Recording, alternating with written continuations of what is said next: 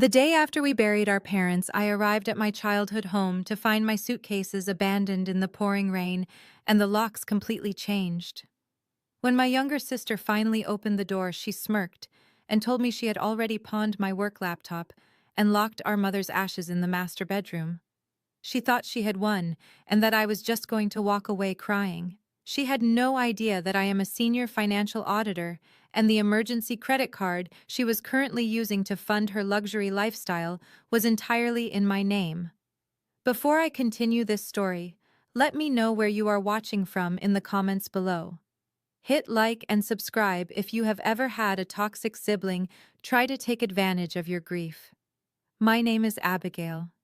I am 35 years old, and yesterday was the hardest day of my life. Standing in the cemetery watching two caskets being lowered into the ground side by side takes a toll on your soul that you cannot prepare for. Our parents had passed away suddenly in a tragic car accident, just days apart in the hospital. I had spent the last week organizing the joint funeral, dealing with the hospital billing departments, and trying to keep my family from completely falling apart. I was physically hollowed out and emotionally running on fumes. All I wanted was to go back to the house we grew up in, take a hot shower and sleep for a solid 24 hours. The drive back to the house in the upscale suburbs of Chicago was a blur of relentless freezing rain. My windshield wipers fought a losing battle against the downpour, matching the dull throbbing ache in my temples. When I finally pulled into the familiar circular driveway, I just sat in my car for a moment, staring at the grand brick facade of my childhood home. The lights were on inside, casting a warm golden glow through the front windows. I took a deep breath, gathered my heavy wool coat around my shoulders, and stepped out into the freezing storm. I trudged up the stone walkway, my boots splashing in the puddles. But as I stepped onto the covered front porch, my heart stopped. Sitting right there in a puddle of rainwater were my two large suitcases. They were soaked through the fabric, completely ruined by the harsh weather. I stared at them, trying to process what I was seeing. I had left those suitcases in the guest bedroom upstairs just this morning before the funeral service. My hands started to shake as I reached into my pocket and pulled out my house key. I slid it into the heavy brass lock of the front door and turned. It jammed. I tried again, jiggling the cold metal, but it refused to budge. The entire lock mechanism was brand new and shiny, completely different from the dull brass one I had known my entire life. Someone had changed the locks while I was at the cemetery burying our parents. I pounded my fist against the heavy oak door. I pounded until my knuckles stung and my lungs burned from the cold air. Finally, the deadbolt clicked and the door swung open. Standing there looking perfectly rested and entirely unaffected by the tragedy of the past week was my younger sister, Brittany. She was 32 years old, but she still carried herself like a spoiled high school cheerleader. She was wearing a pristine white cashmere sweater, and her blonde hair was perfectly styled, as if she had just come from a salon instead of a burial. Standing right behind her, looking imposing with his arms crossed over his broad chest, was her husband, Jamal. Jamal was a tall, athletic African-American man who always seemed to carry a massive chip on his shoulder when it came to my side of the family. He glared at me as if I was a stranger trying to sell them something. I stood there shivering on the porch, water dripping from my hair and running down my face. "What is going on, Brittany?" I asked, my voice hoarse from crying the day before. "Why are my bags outside, and why does my key not work?" Brittany let out a sharp, cruel little laugh. She leaned against the doorframe, looking down at me as if I were a stray dog that had wandered onto her manicured lawn. "The locks needed an upgrade," she said casually, examining her freshly painted fingernails. "And your bags are outside because you do not live here anymore, Abigail." I stared at her in absolute disbelief. "I have been staying here for the last 2 weeks, helping Mom and Dad before they passed," I said, trying to keep the desperation out of my voice. "This is our family home." "Not anymore." Brittany snapped, her eyes narrowing with sudden venom. "This house belongs to the people who actually built a real family. I gave Mom and Dad 3 beautiful grandchildren. Jamal and I need the space to raise them properly." You are just a 35-year-old single auditor who cares more about spreadsheets than family. You do not need a 4-bedroom house. You have your own little apartment in the city. Go back to it. I felt a cold knot form in my stomach. The sheer audacity of her statement was staggering. Our parents had not even been in the ground for 24 hours, and she was already staking a claim on the property. We have not even had the reading of the will yet, Brittany, I said, my tone hardening. You cannot just lock me out. Jamal took a heavy step forward, his massive frame effectively blocking the entire doorway. Actually, we can, he said, his voice deep and threatening. We have already spoken to a lawyer. As the parents of the only grandchildren, Brittany has undeniable rights to the primary residence. You need to leave, Abigail. You are trespassing on private property right now, and I really do not want to have to call the police on my sister-in-law so soon after a funeral. The threat hung heavily in the cold, damp air. I looked from Jamal back to my sister. The smug satisfaction on her face was sickening. She was the golden child who could do no wrong, who had always used her children as leverage to get whatever she wanted from our parents, and now she was using them to steal my childhood home. I realized in that moment that reasoning with them was completely futile. They had planned this meticulously. They had waited until I was exhausted and vulnerable to strike. The old Abigail would have cried. The old Abigail would have begged them to let her in just for the night so she could sleep. But the old Abigail died the moment I saw my suitcases sitting in the rain. My mind instantly shifted from grieving daughter to financial auditor. I compartmentalized the pain and assessed the situation with cold, hard logic. Fine, I said, my voice surprisingly steady, cutting through the sound of the rain. If that is how you want to play this, fine. But I need my work laptop. It has sensitive client data on it, and it was sitting on the desk in the guest room. I also need Mom's urn. I am taking her ashes with me just like we agreed yesterday. Brittany smiled a wide, predatory smile that made my blood run cold. About that, she said, her tone dripping with fake sympathy. I actually did some cleaning up while you were gone. Your laptop was taking up space, so Jamal ran it down to the pawn shop on 5th Street. You can probably buy it back for a few $100 if you hurry.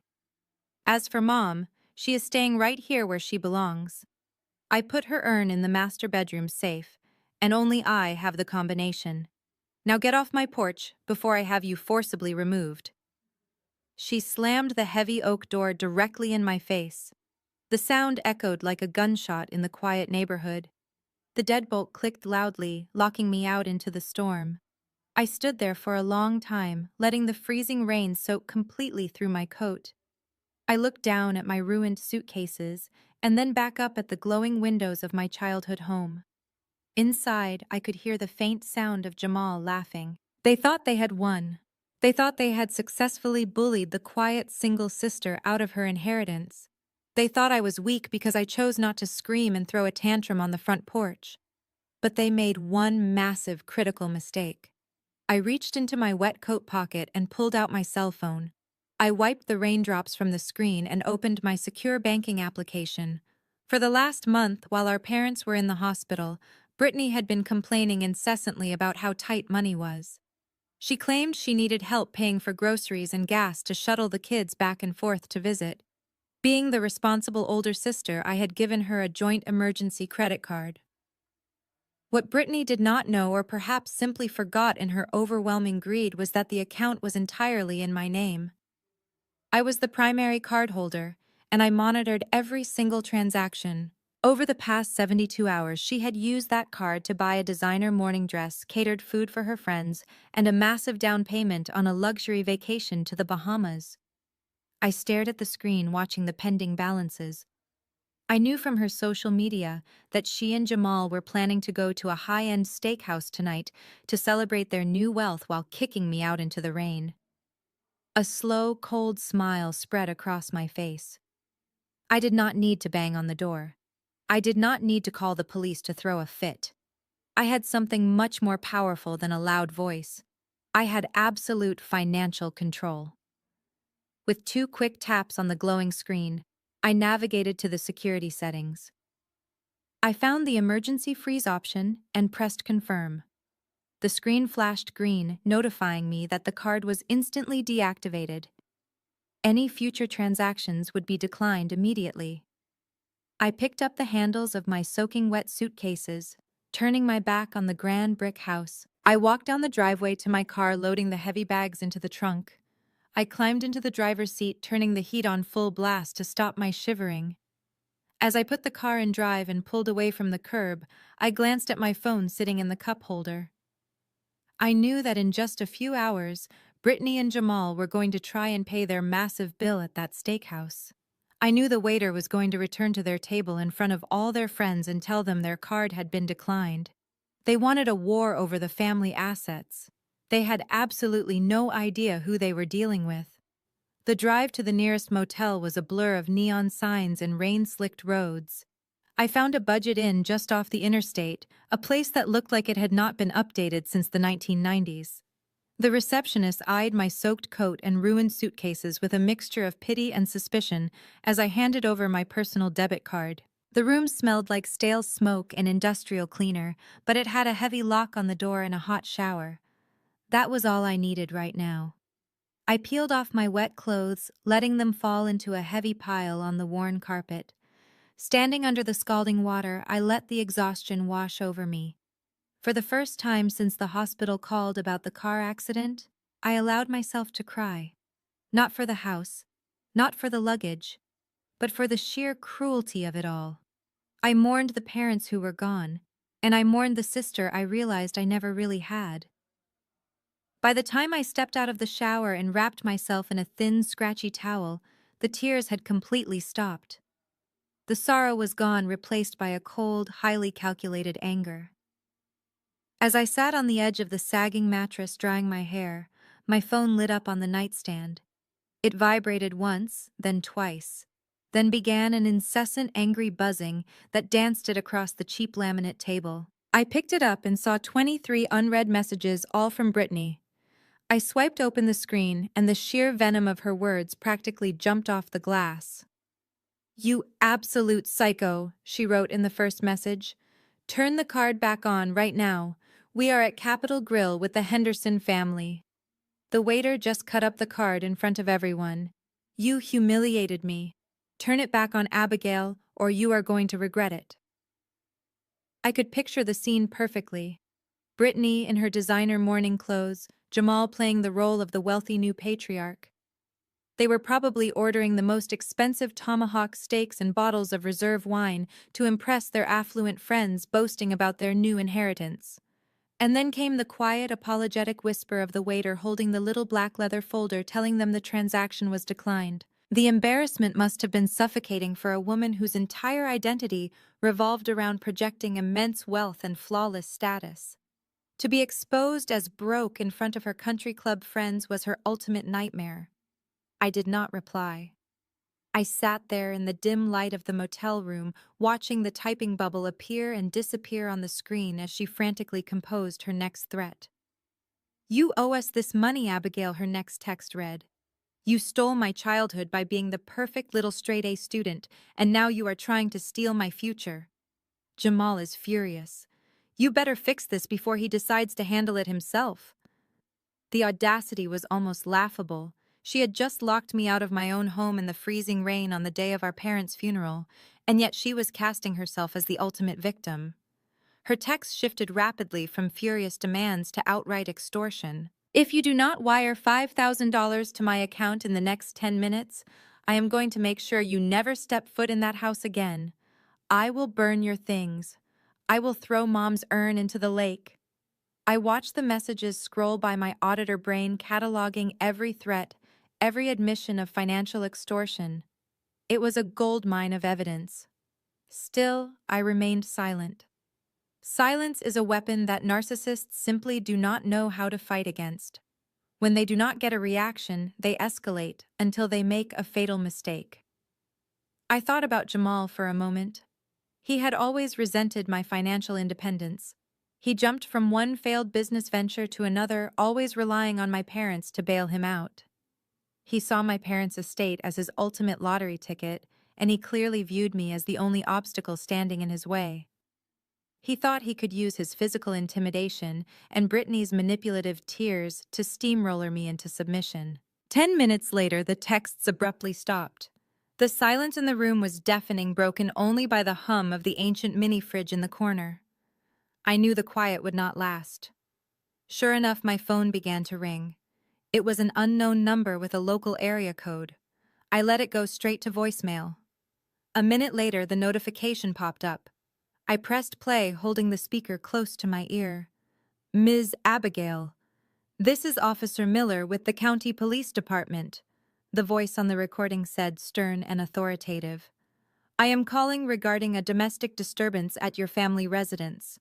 We received a frantic call from your sister and brother-in-law stating that you have been harassing them, threatening their children, and acting in a highly erratic manner. They claim you attempted to force your way into the home earlier tonight and are now stalking them financially. We need you to return to the property immediately to give your statement. If you do not comply, we will be forced to issue a warrant for your arrest based on their allegations.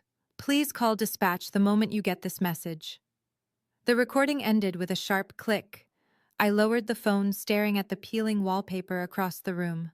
The sheer scale of their manipulation was breathtaking. They were not just angry about the declined credit card at the steakhouse. This was a highly calculated legal maneuver. Brittany and Jamal knew that probate court was going to be an absolute battlefield. If they could establish a documented police record of me being hostile, unstable, and dangerous, it would give them massive leverage. They could file for a permanent restraining order. They could argue to a judge that I was completely unfit to serve as an executor or handle any portion of the estate. They were actively weaponizing the local police department to build a fake paper trail that would justify them locking me out and seizing total control of the family assets. It was a classic smear campaign designed to put me entirely on the defensive. Most people would panic. Most people would call the police department back, sobbing, trying desperately to explain that it was all a lie and that they were the actual victim.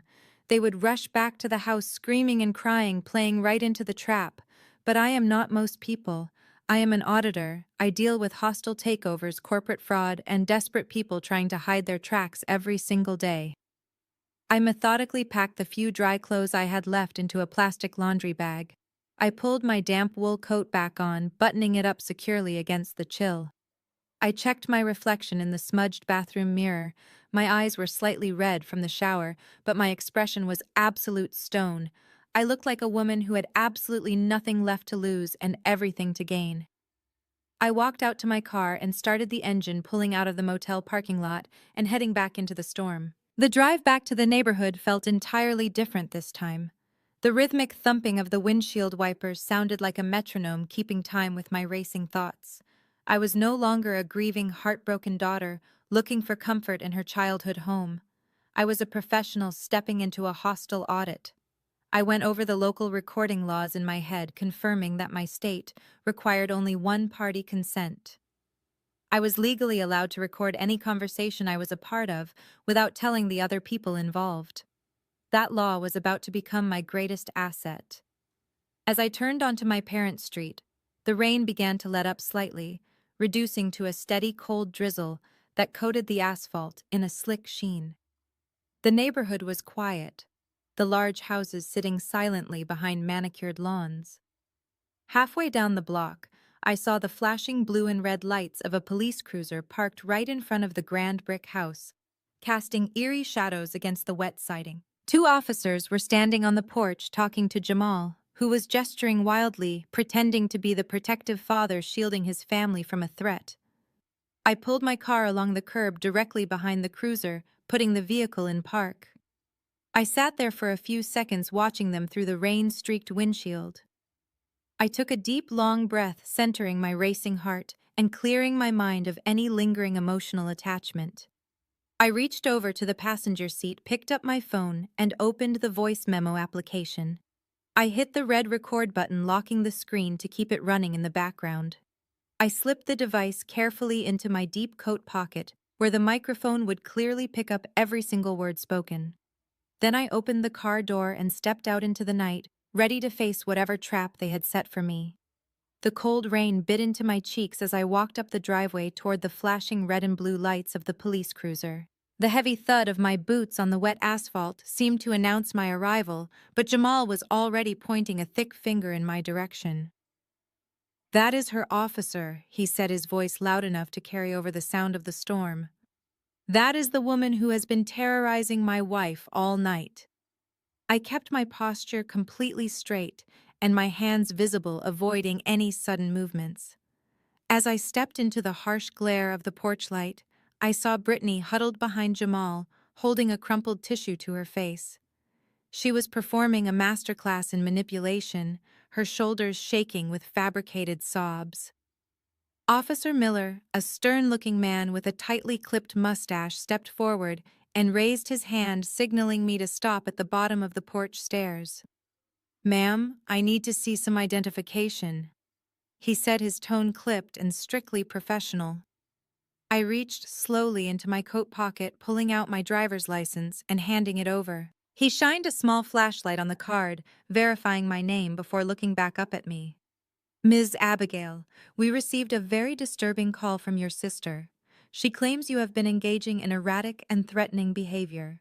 She stated you attempted to force your way into this residence earlier this evening, and that you have been financially stalking her by shutting off her access to funds meant to feed her children." I listened to the litany of absurd accusations without letting a single muscle in my face twitch. I knew the microphone in my pocket was capturing every single word of their slander. "Officer Miller," I replied, my voice calm and perfectly modulated. "My parents passed away a few days ago. We buried them this morning. This is my childhood home where I have been staying for the past 2 weeks to handle their end-of-life care."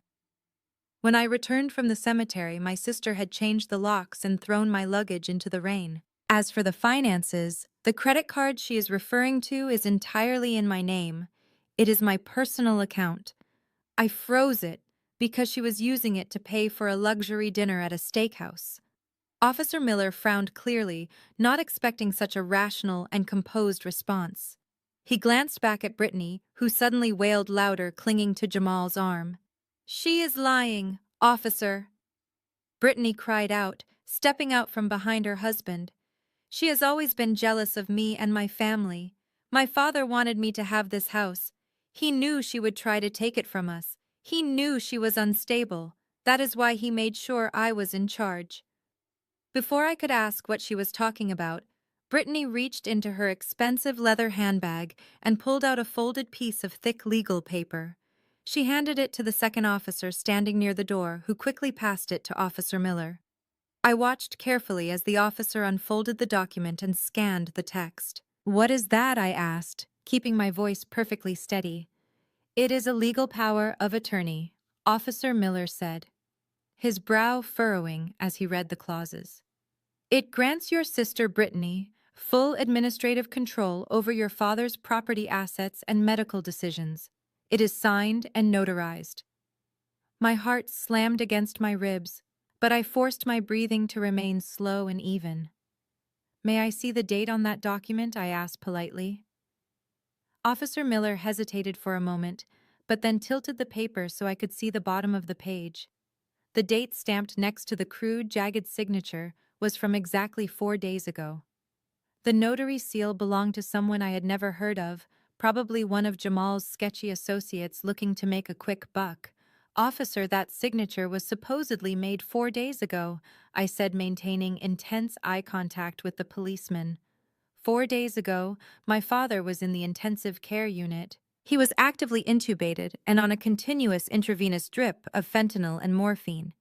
He was completely unconscious and medically incapacitated.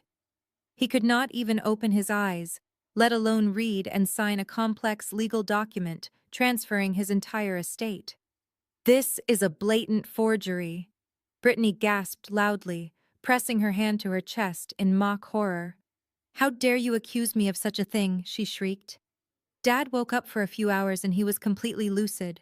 He begged me to bring the notary because he was terrified of what you would do to us. He wanted his grandchildren to be safe.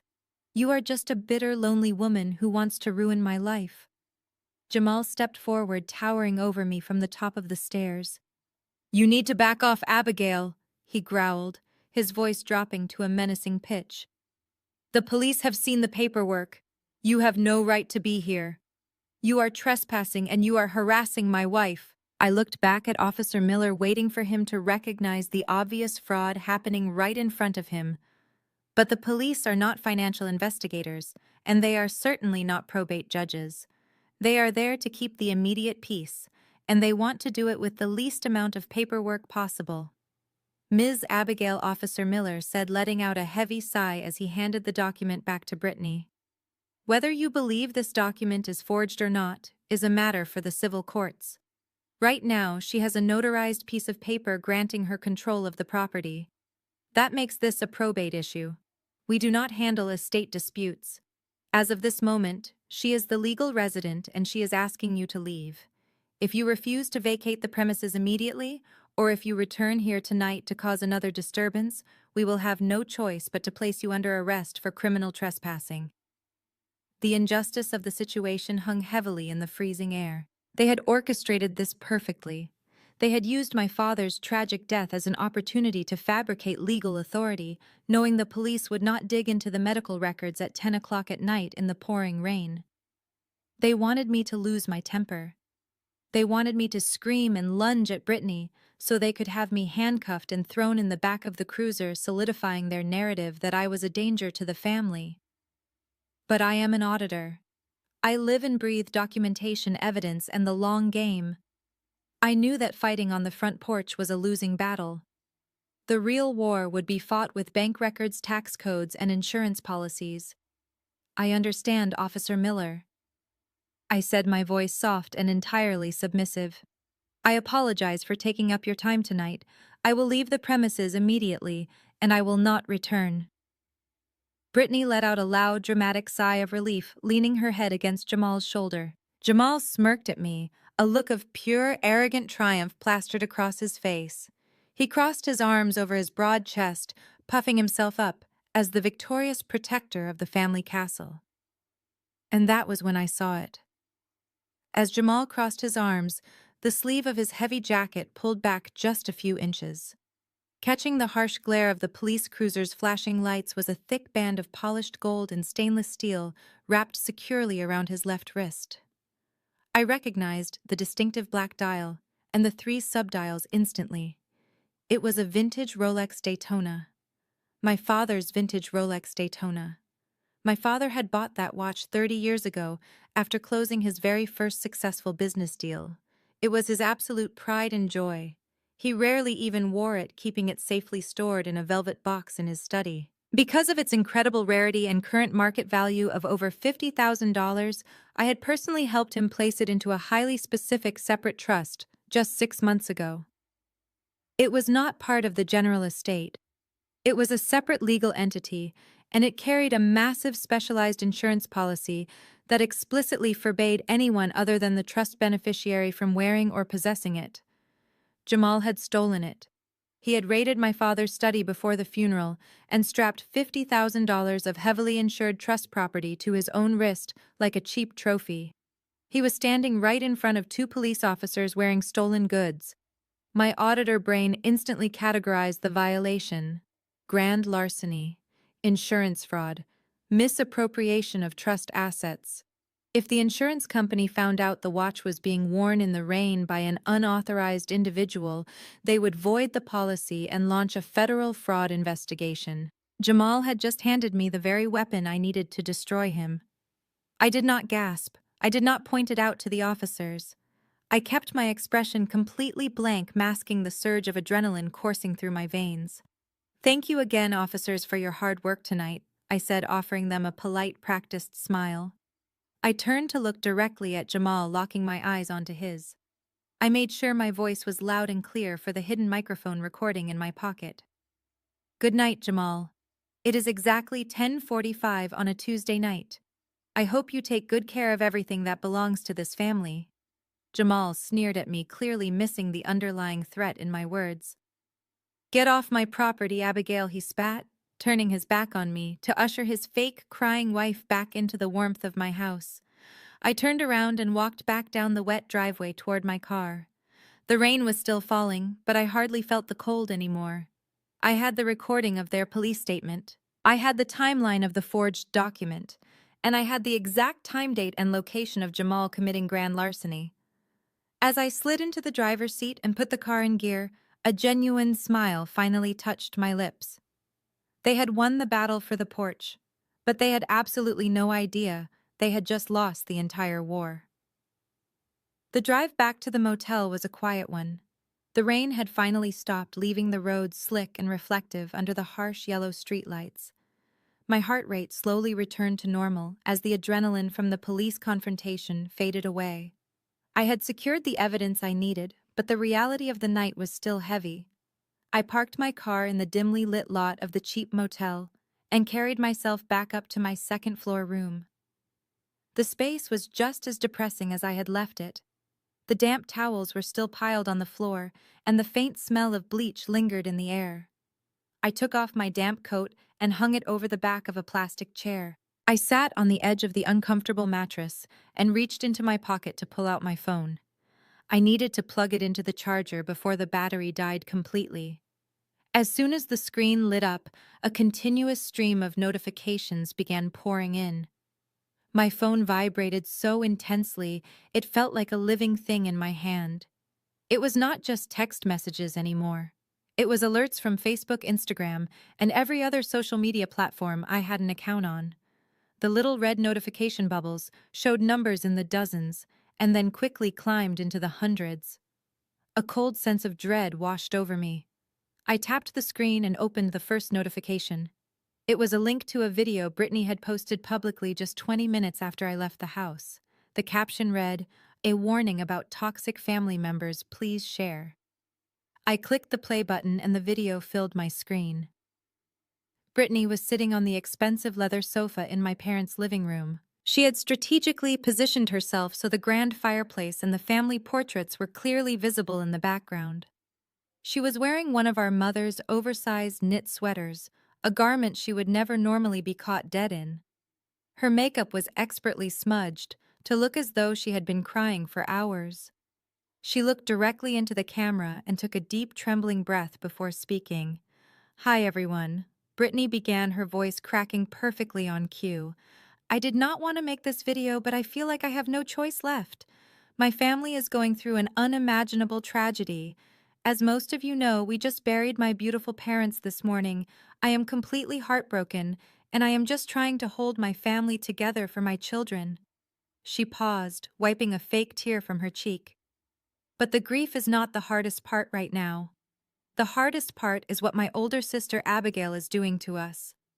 I stared at the screen, my jaw clenching. I watched as my sister spun a web of absolute lies with the polished skill of a professional actor. She told her followers that I had completely abandoned our parents in their final days. She claimed that while she was at the hospital holding their hands, I was too busy with my corporate auditing job to even visit. She painted a vivid picture of herself as the devoted, exhausted daughter who gave up everything to care for them. It was a complete inversion of reality. For the past month, I had practically lived in the intensive care unit. I was the one sleeping in the uncomfortable vinyl chairs. I was the one speaking with the specialist, tracking their medications and making the agonizing medical decisions. Brittany only showed up twice the entire time. Both times she brought her children, stayed for exactly 15 minutes to take photos for her social media, and then complained that hospitals gave her anxiety before leaving to get her nails done. But the video only got worse. Brittany leaned closer to the camera, her eyes wide and pleading.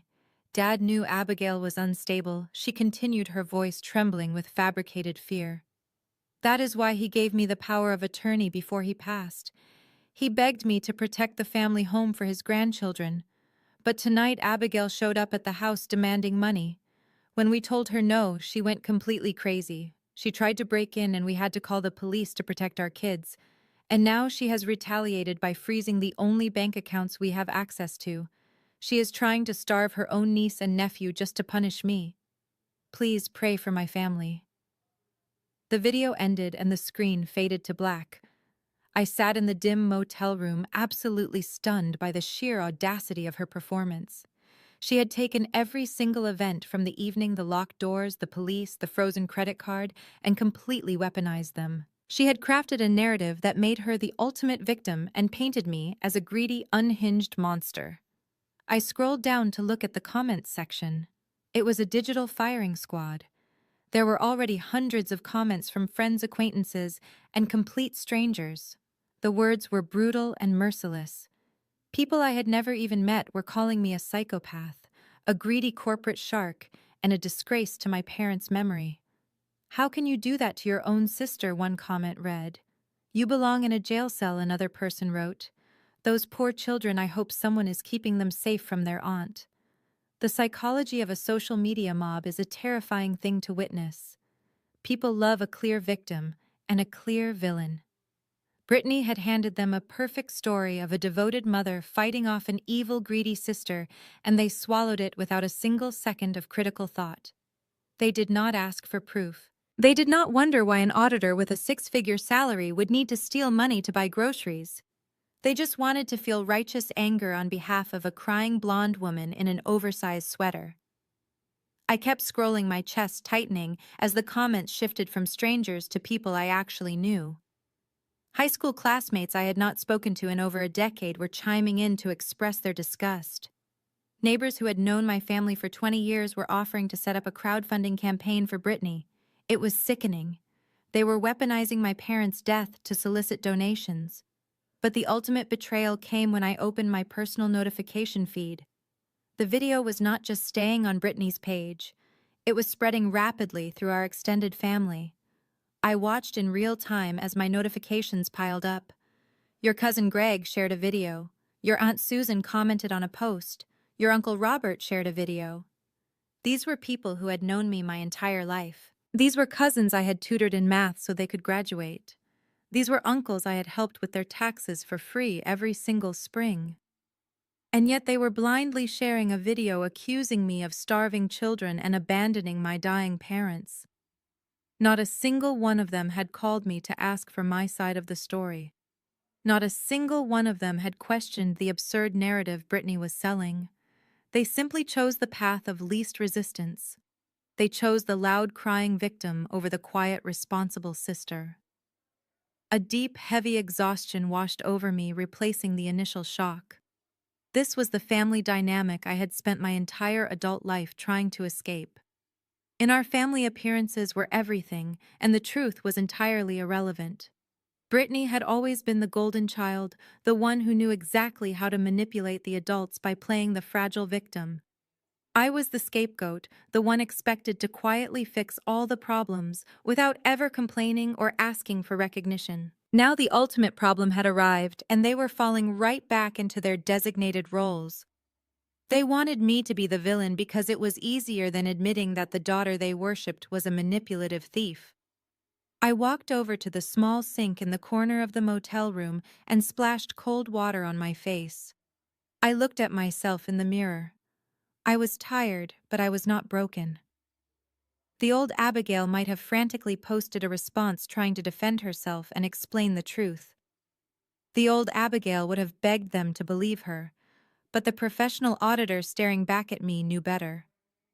Engaging in a public shouting match with a narcissist is exactly what they want. It feeds their need for drama and validates their narrative that you are out of control.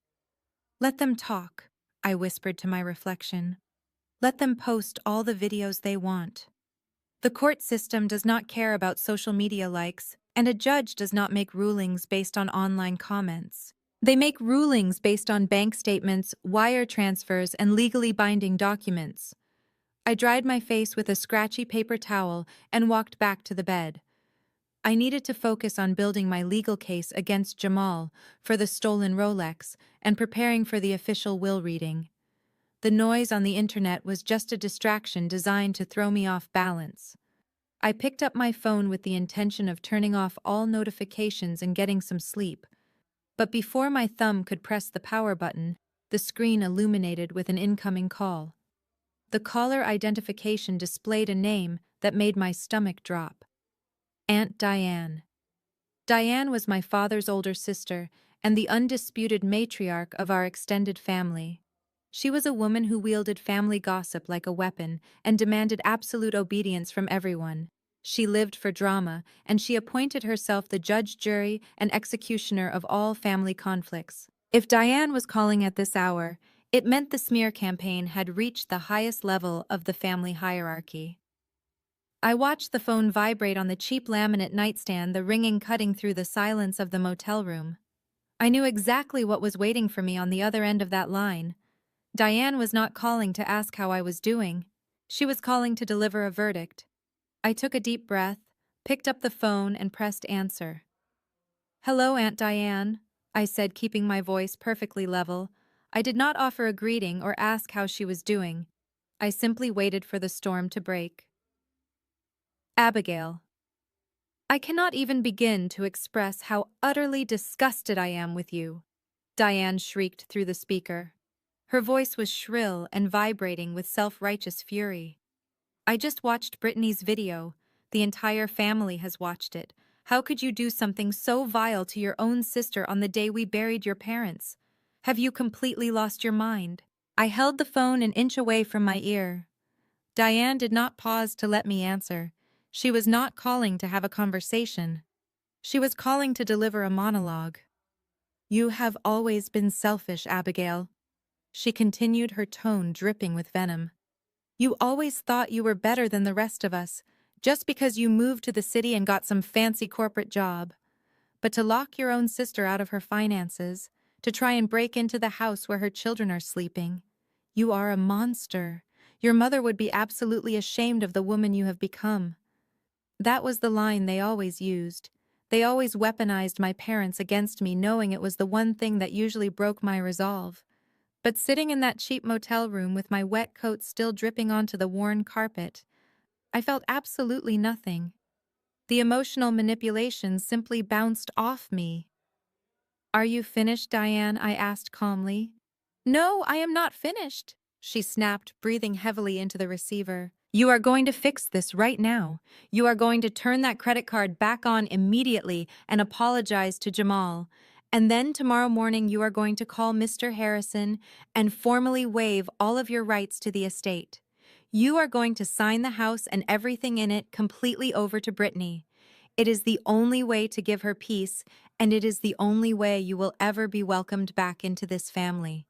If you do not do this, I will personally make sure everyone in town knows exactly what kind of psychotic, greedy person you really are." I listened to her ultimatum, and a profound sense of clarity washed over me. This was the mechanism of a toxic family. When the golden child throws a tantrum, the flying monkeys are dispatched to attack the scapegoat. Diane did not care about the truth. She only cared about restoring the dysfunctional family dynamic where Brittany got everything she wanted, and I silently footed the bill. "Diane," I said, my voice dropping to a low, authoritative register that I usually reserved for hostile corporate audits. "You have absolutely no idea what you are talking about. You are blindly believing a manipulative video made by a woman who changed the locks on my childhood home while I was standing at a cemetery. I will not be apologizing to Jamal for turning off a credit card that is solely in my name, and I will certainly not be waiving my rights to anything. How dare you speak to me like that?" Diane gasped, her voice pitching even higher. "You listen to me, you ungrateful little brat."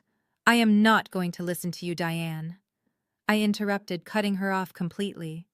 "In fact, I am not going to listen to anyone in this family ever again. Do not call this number anymore." I pulled the phone away from my ear and pressed the red end call button, severing the connection mid-scream. I did not stop there. I went into my phone settings and blocked Diane's number. Then I opened my contacts list and systematically blocked every single aunt, uncle, and cousin who had shared Brittany's video.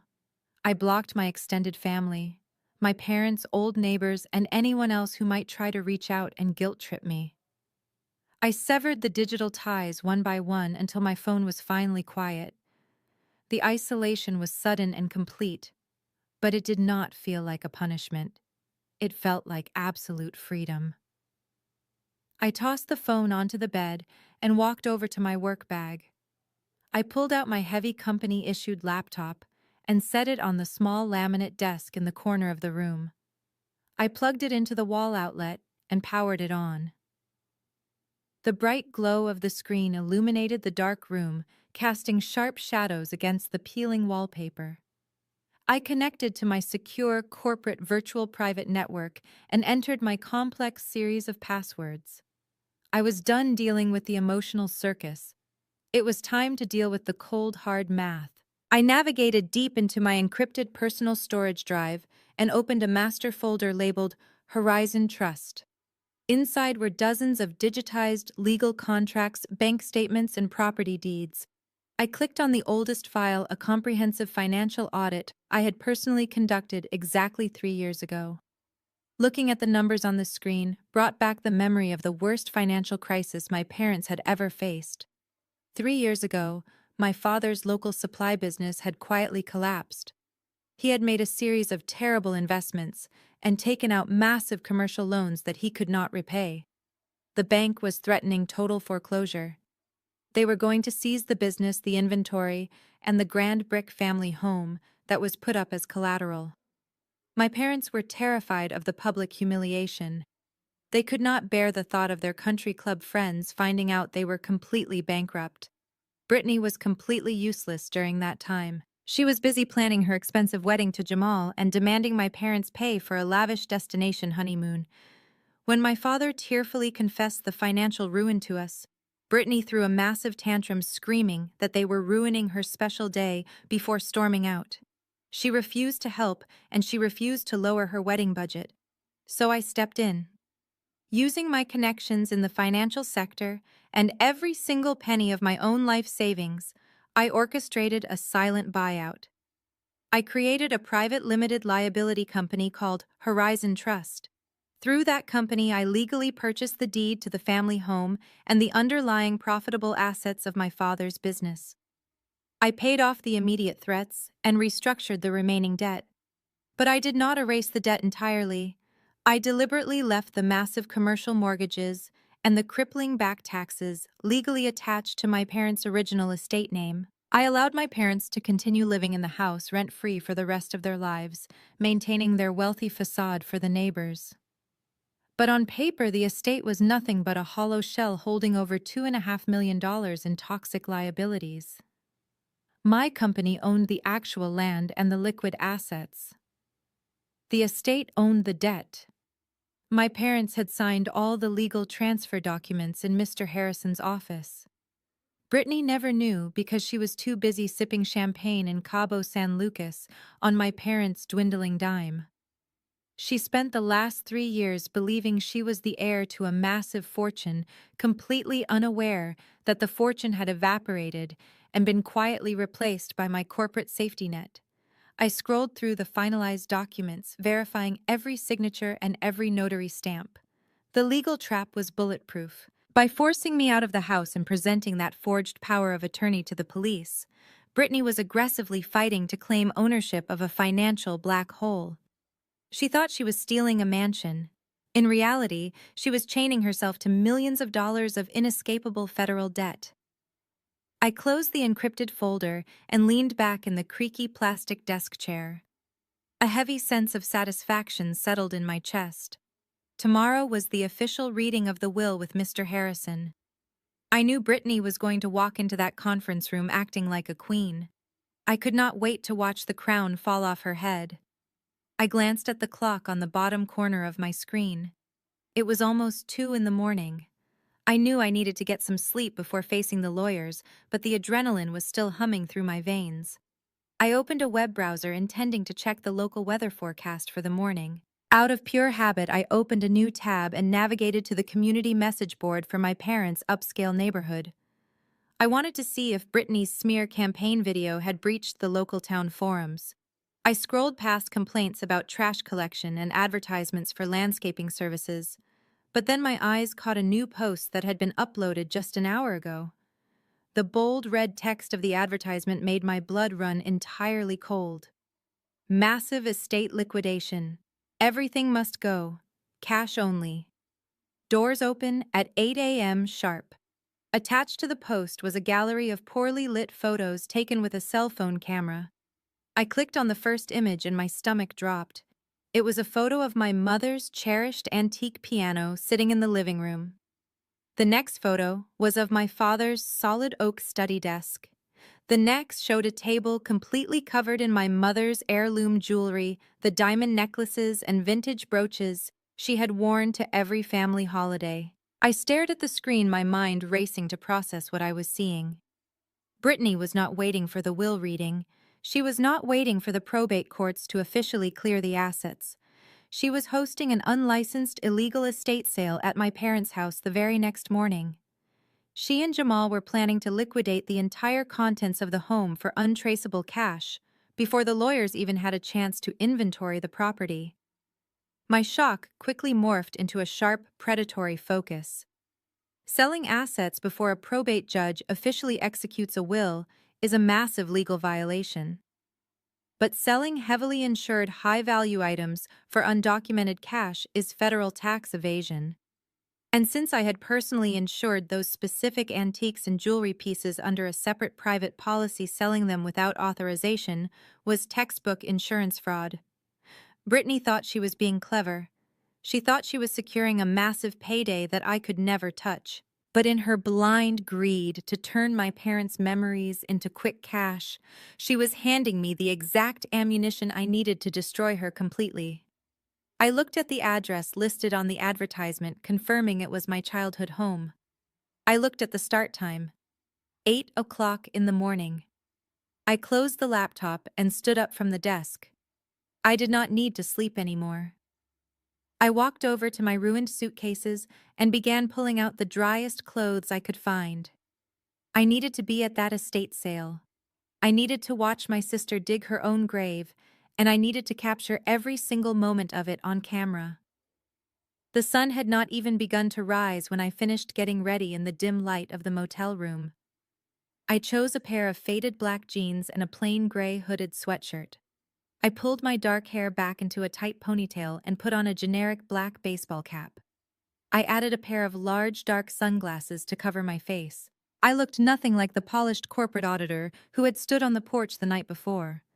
I looked like just another bargain hunter looking for a weekend deal. I left the damp room behind and walked out into the crisp morning air. The heavy rain from the night before had finally stopped, but the bitter cold remained. I stopped at a drive-through coffee shop to get a large black coffee to warm my hands. The caffeine hit my empty stomach, but I did not feel hungry. I only felt a sharp, intense focus. I drove back toward the upscale suburb where my parents had lived for 3 decades. The neighborhood usually woke up slowly on a Wednesday morning, but today was entirely different. As I turned onto the main street leading to the estate, I could already see the absolute chaos unfolding. There were cars lined up on both sides of the street, parked haphazardly on the wet grass and blocking the manicured sidewalks. People were walking briskly up the hill, carrying empty cardboard boxes and reusable tote bags. They were like vultures descending on a carcass, trying to get the best pieces before anyone else arrived. I drove slowly past the house, not wanting to draw any attention to my vehicle. I parked my car a full block away, pulling in behind a large oak tree that completely obscured my car from the driveway. I rolled down my window just a few inches to let the cold air in and watched the scene unfold. It was exactly 8 o'clock, and the front doors of my childhood home were wide open. Brittany had apparently hired a few local teenagers to help haul the heavy furniture out onto the front lawn. I watched as 2 boys struggled to carry my father's heavy mahogany desk down the porch stairs. They scraped the thick wooden leg against the brick, chipping the antique finish. I felt a sharp pang in my chest, but I quickly pushed the emotion away. This was not about sentimentality anymore. This was about gathering irrefutable evidence. Sitting in my car, I reviewed the legal reality of what Brittany was doing. When a person passes away, their assets must go through a highly regulated legal process called probate. A judge has to formally review the will, assign an executor, and ensure that all outstanding debts and taxes are paid before a single penny or piece of property is distributed to the heirs. Liquidating assets before the probate process even begins is a massive violation of the law. It is considered theft from the estate. But Brittany was not just breaking basic probate laws. She had placed large neon pink signs on the front lawn that clearly read, "Cash only, all sales final." The cash only demand was the real nail in her coffin. By refusing paper checks or digital transfers, she was intentionally avoiding creating any sort of financial paper trail. She was planning to pocket hundreds of thousands of dollars in untaxed, undeclared cash. The Internal Revenue Service takes a very harsh stance on high-value cash liquidations that bypass the estate tax system. Furthermore, she was selling items that were specifically scheduled on a private insurance policy. That meant she was committing federal tax evasion and insurance fraud simultaneously in broad daylight. I pulled my phone out and used the camera zoom function to get a closer look at the driveway. Jamal was acting like a nightclub bouncer. He was standing near the front door barking orders at the buyers and directing traffic. He looked incredibly smug, wearing a thick designer jacket and holding a thick wad of cash in his hand. Brittany was standing by a folding table set up on the wet grass. She had covered the table with a cheap plastic tablecloth and dumped all of my mother's antique jewelry boxes directly onto it. I watched through the phone screen as a woman picked up my mother's diamond tennis bracelet. It was a piece my father had bought her for their 25th wedding anniversary. It was worth over $20,000 and insured for even more. Brittany snatched the bracelet out of the woman's hand, pointed to a price sticker, and held out her other hand. The woman counted out a stack of $100 bills and handed them over. Brittany shoved the cash directly into her oversized designer purse. She did not write down a receipt. She did not record the sale in a ledger. She simply pocketed the money and moved on to the next buyer with a greedy smile on her face. It was absolutely sickening to witness. They were stripping my parents' legacy down to the studs and selling it to strangers for pennies on the dollar, just to fund their own lavish lifestyle. They were desecrating the memory of the people who had given them everything. A small part of me wanted to roll down the window and scream. I wanted to call the police again and demand they stop this illegal sale immediately. But I knew the police would just repeat what they said last night. They would call it a civil probate dispute and refuse to intervene. No, I could not rely on the local authorities to fix this problem. I had to build a case so airtight and so financially devastating that no judge and no federal agency could possibly ignore it. A man walked down the driveway carrying my father's vintage record player. Another couple was loading my mother's pristine crystal dining set into the back of an old pickup truck. Each item they carried away represented a core memory from my childhood. I remembered the holidays, the family dinners, the quiet Sunday mornings, listening to those records playing softly in the background. Brittany was selling our entire history to pay for her country club memberships and luxury vacations. But every dollar she stuffed into her purse was a dollar she would eventually have to answer for to the federal government. My auditor brain started calculating the sheer volume of the fraud happening right in front of me. The estate held a massive amount of high-value art, rare antiques, and custom furniture. If Brittany managed to sell even half of it today, she would be walking away with an enormous sum of illegal cash. She thought she was outsmarting the system. She thought she was securing a massive payday that I could never touch because she had locked me out of the house. But she had no idea that the Horizon Trust owned the actual property rights to those items. By selling them, she was not just stealing from the estate, she was stealing directly from my corporate entity. I sat in the car for another 30 minutes, just watching and recording the madness from a distance. The zoom lens on my phone was good, but it was not good enough. From a block away, I could not clearly hear the conversations taking place at the tables. I could not capture the exact amounts of cash being handed over to Jamal and Brittany. I could not get clear shots of the specific items being sold from the insured trusts to prove they were gone. I realized that sitting safely in my car was not going to give me the definitive proof I needed to destroy them in court. I needed high-quality audio. I needed crystal-clear video of the transactions happening in real time. I needed to document the faces of the buyers and the exact moment Brittany accepted the illegal cash for the insured items. I needed to look my sister in the eye while she committed federal fraud. I lowered the phone and took a deep, steadying breath. I pulled the brim of my baseball cap down lower over my forehead and adjusted my dark sunglasses to make sure my face was completely hidden. I made sure the voice recording application on my phone was active and running quietly in the background. I slipped the device into the front pocket of my hooded sweatshirt, leaving the camera lens just barely peeking out over the dark fabric to capture the video footage. I opened the car door and stepped out into the cold morning air. I was not going to watch from the sidelines anymore. I joined the stream of strangers walking up the street carrying their empty bags.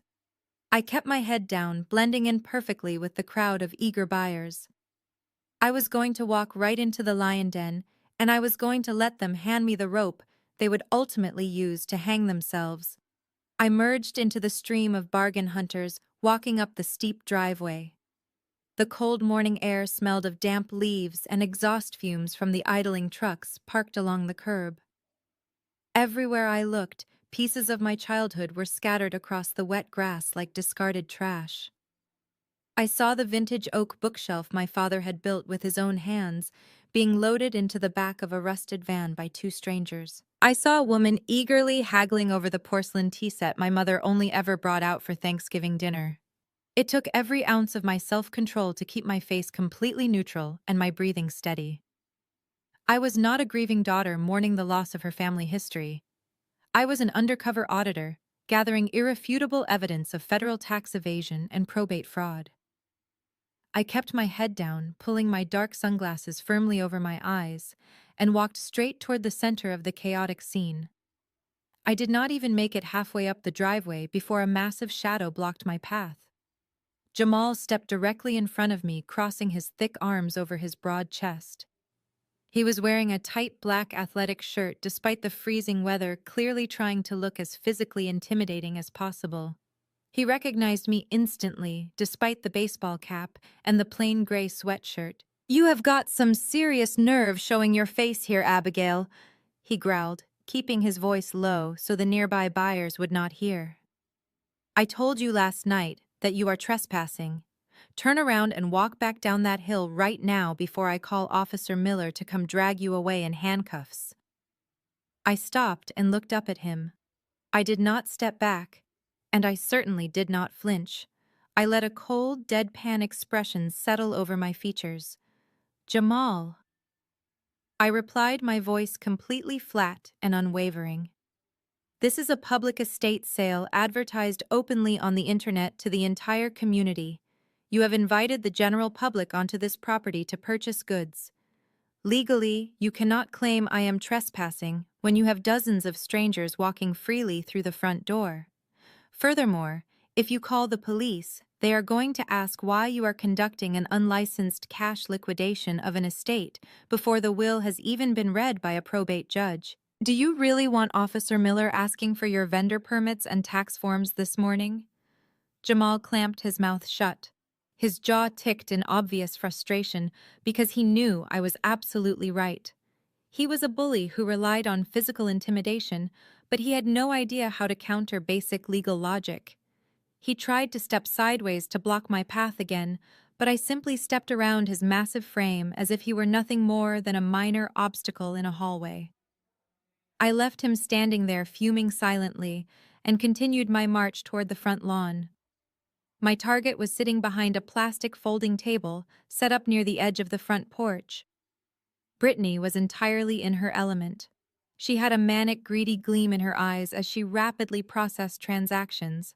A line of people stood before her holding various silver platters, crystal vases, and framed oil paintings. I watched closely as she took a thick stack of $20 bills from an older gentleman, shoved the cash carelessly into her designer tote bag, and waved him away without a single word of thanks.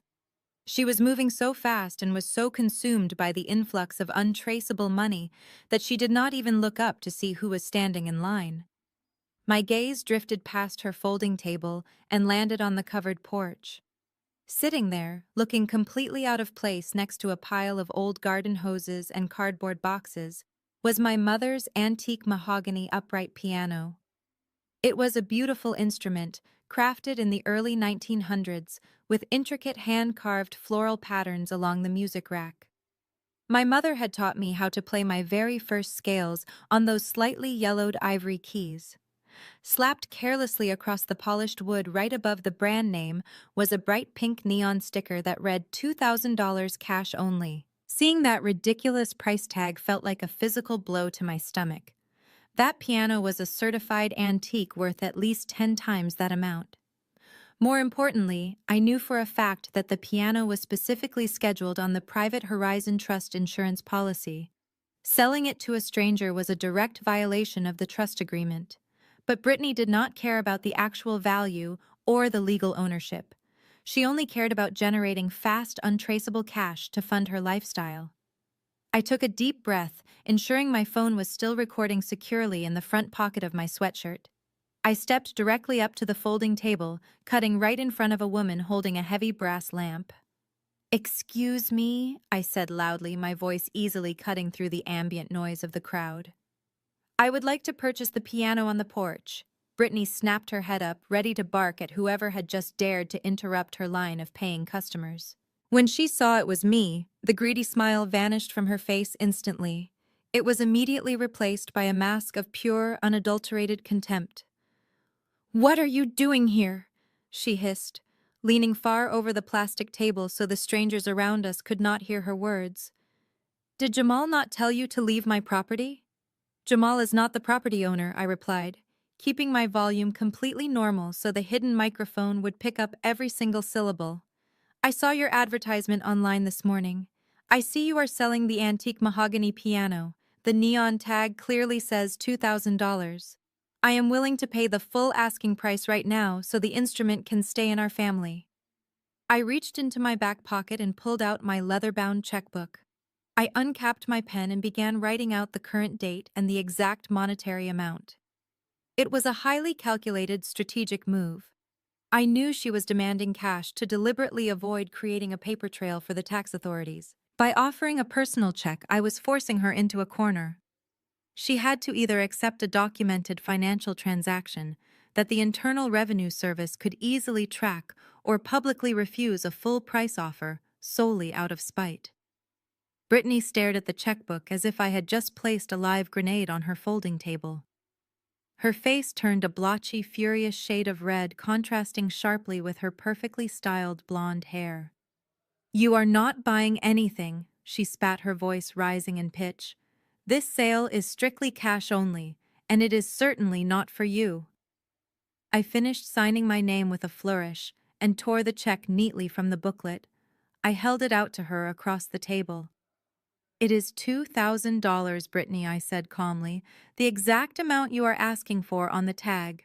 The bank is already open so you can drive down and deposit it immediately. Why would you ever refuse a full price offer?" The people standing in line around us were beginning to watch the exchange with open curiosity. The woman holding the brass lamp shifted uncomfortably and took a noticeable step back. Brittany realized she suddenly had an audience, and her narcissistic need to assert absolute dominance completely took over her rational thought.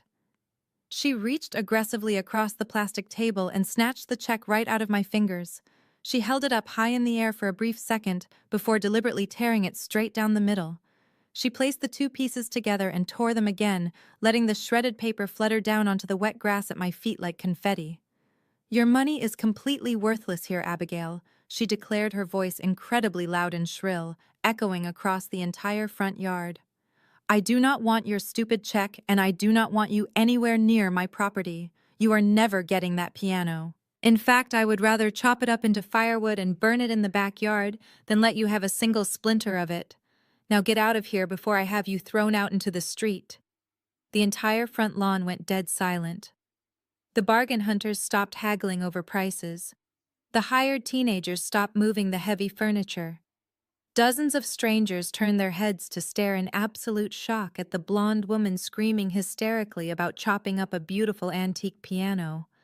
They all slowly turned their eyes to me, waiting for the inevitable explosion. They fully expected me to scream back at her. They expected me to lunge across the table or to break down in pathetic tears of humiliation. Instead, I looked down at the torn pieces of paper resting on the wet grass. I slowly bent my knees and carefully picked up every single shred of the destroyed check. I stood back up and looked my sister dead in the eye. I did not look angry, and I did not look sad. I smiled a genuine, deeply relaxed smile. "Okay, Brittany," I said softly, my voice echoing perfectly in the quiet yard. "Have a very successful sale." I turned my back on her and walked calmly down the long driveway, feeling the stunned gaze of the entire neighborhood burning heavily into my back. I did not need to save the piano right now. I had gotten exactly what I came for. The phone sitting in my pocket had just captured crystal clear audio of my sister refusing legal tender and aggressively declaring her intent to destroy high-value insured estate assets. The trap was set, and she had just walked right into it. The walk back to my car felt entirely different from the walk up to the house. My footsteps were steady and measured, echoing quietly against the damp pavement of the street. I did not look back at the chaotic scene unfolding on the front lawn. I did not need to. I could still hear the shrill echo of my sister's voice ringing in the cold morning air, aggressively declaring that she would rather destroy a valuable antique than accept a perfectly legal check. I reached my car, parked safely behind the massive oak tree, and slid into the driver's seat. I pulled the heavy door shut, and the solid thud of the door closing instantly muted the noise from the estate sale.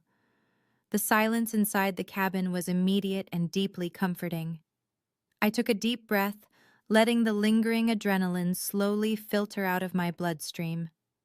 I reached into the front pocket of my hooded sweatshirt and pulled out my cell phone. I tapped the screen to stop the voice recording application and immediately hit playback just to be absolutely certain the audio had captured properly. The tiny speaker crackled to life.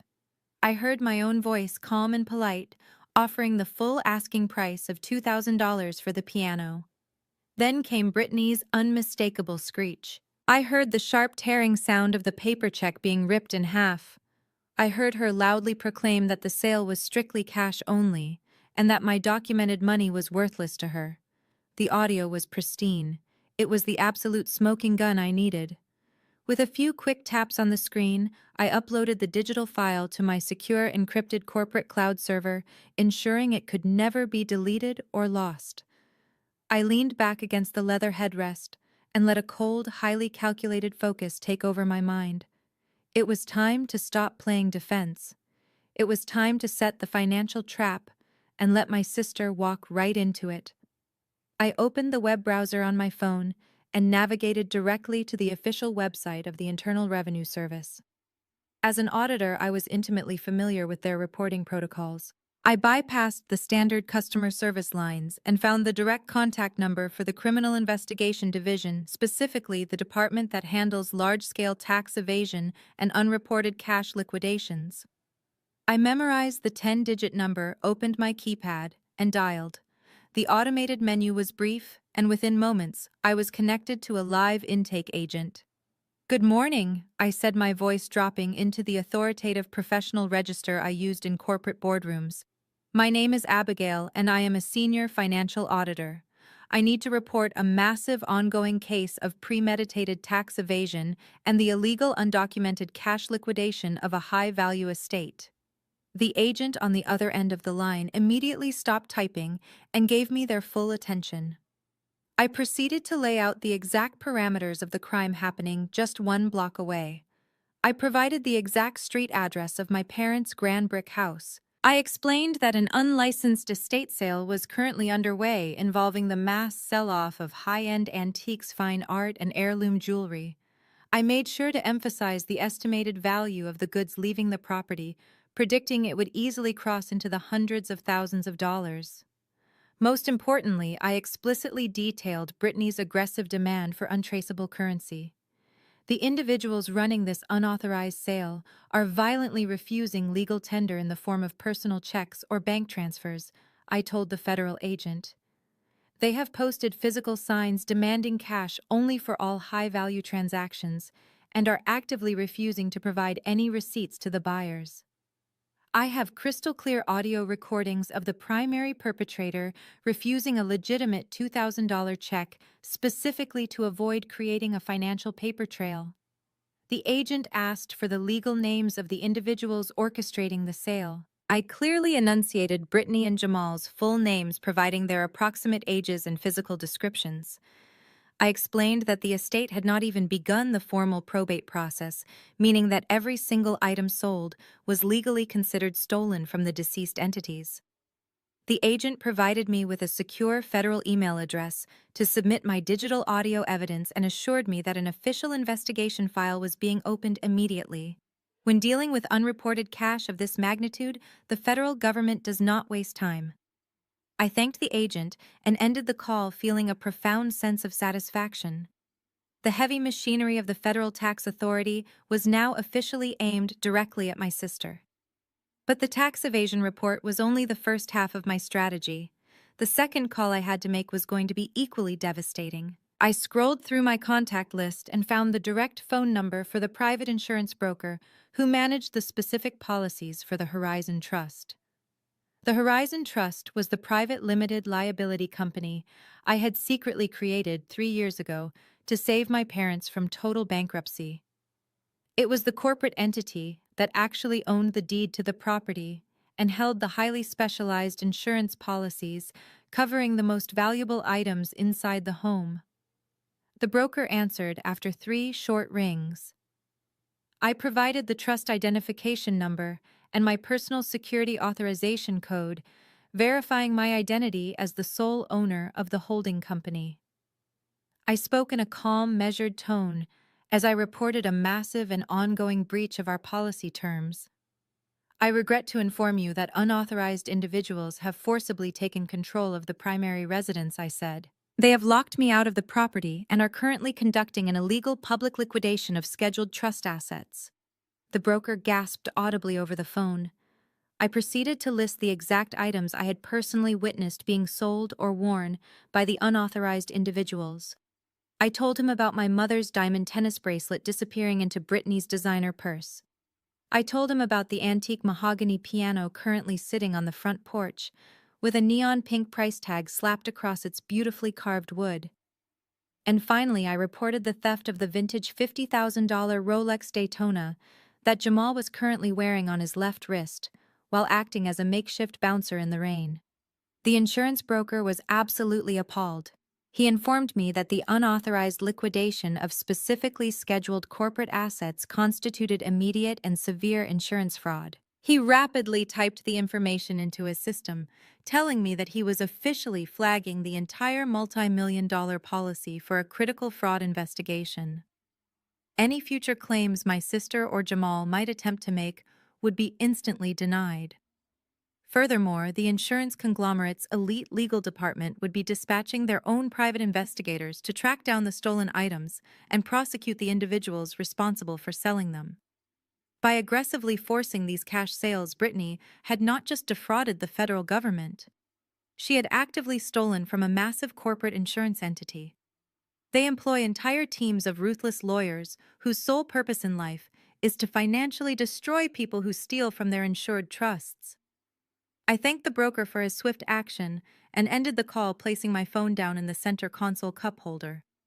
I leaned forward, resting my arms on the steering wheel, and looked through the windshield.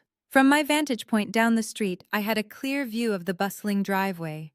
I watched the parade of strangers happily carrying my family history away to their vehicles. I saw a middle-aged couple carefully loading a heavy crystal chandelier into the trunk of their silver sedan. I saw a young man carrying out a tall stack of my father's rare first edition hardcover books. Sitting behind her cheap plastic folding table, Brittany looked absolutely triumphant. She was practically vibrating with greedy satisfaction as she shoved another thick wad of $20 bills into her overflowing designer bag. She truly believed she was winning. She thought she had successfully bullied her quiet older sister off the property, securing a massive untaxed payday that she would never have to answer for. She was completely oblivious to the fact that every single dollar she took from those buyers was sealing her fate. She did not understand that she was no longer fighting a sibling rivalry. She was now fighting the Criminal Investigation Division of the Internal Revenue Service and a ruthless corporate legal team. She had chained herself to a sinking ship, and she was gleefully drilling holes in the bottom just to watch the water rush in. A strange, cold sense of peace washed over me entirely, replacing the emotional pain of seeing my childhood home dismantled. I reached forward to turn the key in the ignition, ready to drive back to the dreary motel and prepare my documents for the official will reading scheduled for tomorrow morning. But before my fingers could even touch the metal keys, the phone sitting in my cup holder lit up, vibrating violently against the plastic console. I looked down at the glowing screen.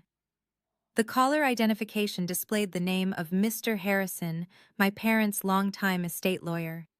It was incredibly unusual for him to call me from his personal cell phone, especially so early in the morning, the day before an official legal proceeding. A prickle of unease ran down my spine. I picked up the device and pressed the green answer button, bringing the phone to my ear. Before I could even offer a polite greeting, his voice came bursting through the speaker. He sounded breathless, frantic, and deeply anxious, completely devoid of his usual polished professional composure. "Abigail," he said, his voice tight with panic. "You need to come to my office right now.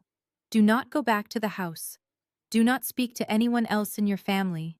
Just get here as fast as you can." I put my car in gear and drove away from the chaotic estate sale, heading straight toward the downtown financial district. The morning traffic was heavy, but it gave me the necessary time to process the absolute panic in Mr. Harrison's voice. Robert Harrison was a seasoned estate attorney. He was a man who billed by the hour and never rushed anything. He had navigated complex corporate mergers and massive inheritance disputes for decades without ever losing his cool. For him to call me on his personal cell phone sounding that frantic meant that Brittany had executed a legal maneuver he had not anticipated. I parked my car in the dimly lit underground parking garage of his prestigious firm. Walking into the expansive marble lobby wearing my faded black jeans, a gray hooded sweatshirt, and a baseball cap drew more than a few judgmental stares from the corporate crowd bustling around me. I looked entirely out of place among the tailored suits and expensive briefcases, but I did not care. My mind was already categorizing the legal possibilities. I swiped my visitor badge and took the express elevator to the top floor, where the firm occupied an entire penthouse suite overlooking the city skyline. The receptionist did not even ask for my name when the elevator doors parted. She took one look at me, stood up from behind her curved mahogany desk, and quickly ushered me down the long, quiet hallway. She led me directly into his private corner office, closing the heavy oak door firmly behind me. Mr. Harrison was standing behind his massive desk.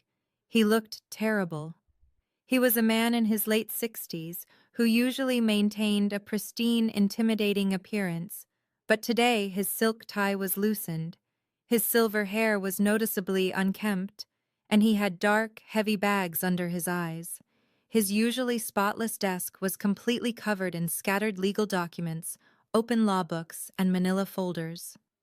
"Abigail, thank God you are here," he said, letting out a breath that sounded more like a sigh of defeat. He motioned for me to sit in one of the heavy tufted leather guest chairs facing his desk. "Please sit down.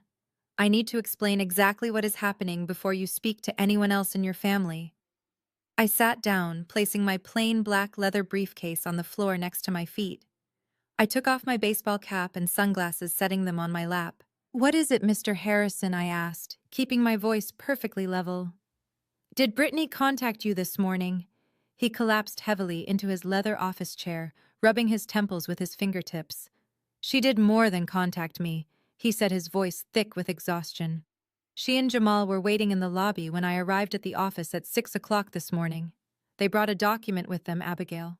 A document they claim they found hidden in a locked metal box in your father's private study just last night." He reached across the chaotic desk and picked up a single piece of paper enclosed in a clear plastic protective sleeve. He handed it to me across the desk. I took the sleeve and examined the document.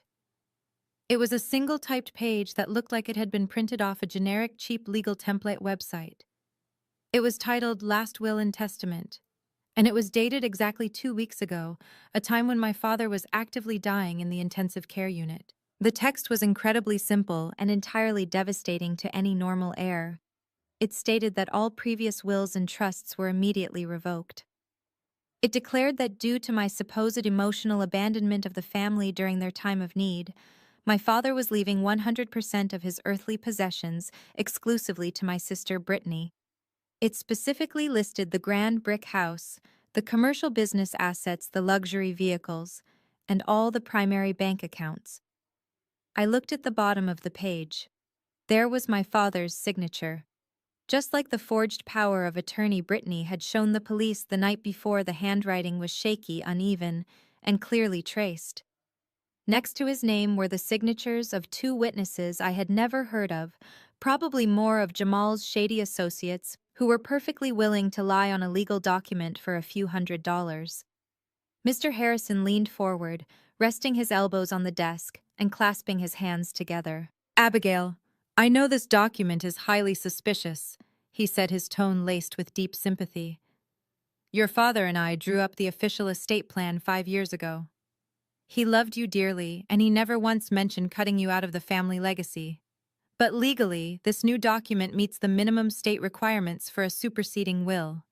It has a date, it has a signature, and it is witnessed by two supposedly independent parties. Because Brittany officially filed this with my office this morning, I am legally obligated to present it at the official will reading tomorrow."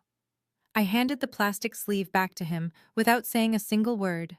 I needed to hear the rest of his assessment before I revealed my hand. "I need you to understand the harsh reality of this situation." He continued, his tone growing more urgent and serious. "If you want to fight this, it is going to be an absolute bloodbath in probate court.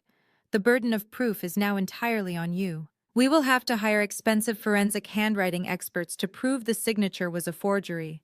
We will have to subpoena the hospital medical records and depose the attending physicians to prove your father lacked the cognitive capacity to sign a legal document 2 weeks ago. We will have to hire private investigators to track down and depose those two mysterious witnesses." He paused, letting the weight of the legal battle settle in the quiet room. "This kind of aggressive litigation will take years to resolve, Abigail. It will drag your family name through the mud in public court records. The estate assets will be completely frozen during the entire process, meaning you will not have access to any inherited funds to pay for the fight. It will easily cost you tens of thousands of dollars in out-of-pocket legal fees just to get a judge to look at the evidence." I sat completely still in the leather chair, letting his dire warning wash over me. I understood exactly what Brittany and Jamal were doing. It was a highly calculated legal maneuver designed by a con artist. They were playing a brutal game of financial chicken. They knew I made a good salary as a senior financial auditor, but they also knew I did not have the liquid cash lying around to casually fight a massive multi-year legal battle against my own family. They were trying to bleed me dry before the fight even started. They figured if they presented a legally daunting, expensive obstacle, I would simply give up.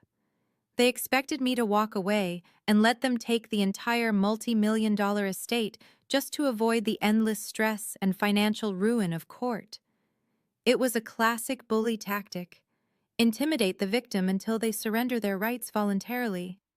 "Abigail," Mr. Harrison said softly, leaning back in his chair and looking at me with genuine sadness. "I have known you since you were a little girl sitting in my waiting room reading books. I know this is incredibly unfair, but you need to consider your options very carefully right now. Brittany is demanding that I execute this new will immediately tomorrow morning. If you contest it, the estate remains frozen. The house sits empty, the property taxes pile up. Sometimes in these incredibly toxic family situations, the emotional and financial cost of fighting is simply not worth the toll it takes on your life. I am telling you this not just as your attorney, but as a friend who cares about your future." He stopped talking, waiting for me to react. He expected me to cry. He expected me to panic or scream about the injustice of it all. He expected an emotional breakdown from a grieving daughter who had just been robbed of her entire inheritance by her own sister. Instead, I reached down to the floor and picked up my black leather briefcase. I placed it squarely on my lap and snapped open the heavy metal latches. The sharp click echoed loudly in the quiet penthouse office. "Mr. Harrison, I appreciate your concern." I said, my voice steady, authoritative, and completely devoid of fear. "I really do. You have always been a good friend to my parents, and a fierce protector of our family. But you do not need to worry about the cost of a probate battle." I reached deep into the briefcase and pulled out a thick, heavy manila folder. The flap was secured with a tight red string tie and heavily stamped with the official wax seal of my corporate auditing firm. I stood up from the tufted leather chair and placed the massive folder directly onto the center of his mahogany desk, pushing aside his scattered papers to make room. "You are going to read the superseding will tomorrow exactly as Brittany requested," I told him, looking directly into his exhausted eyes. "You are going to let her believe she has won everything she asked for. But before you conduct that reading tomorrow morning, I need you to lock your door. Sit at this desk and review every single document inside this folder."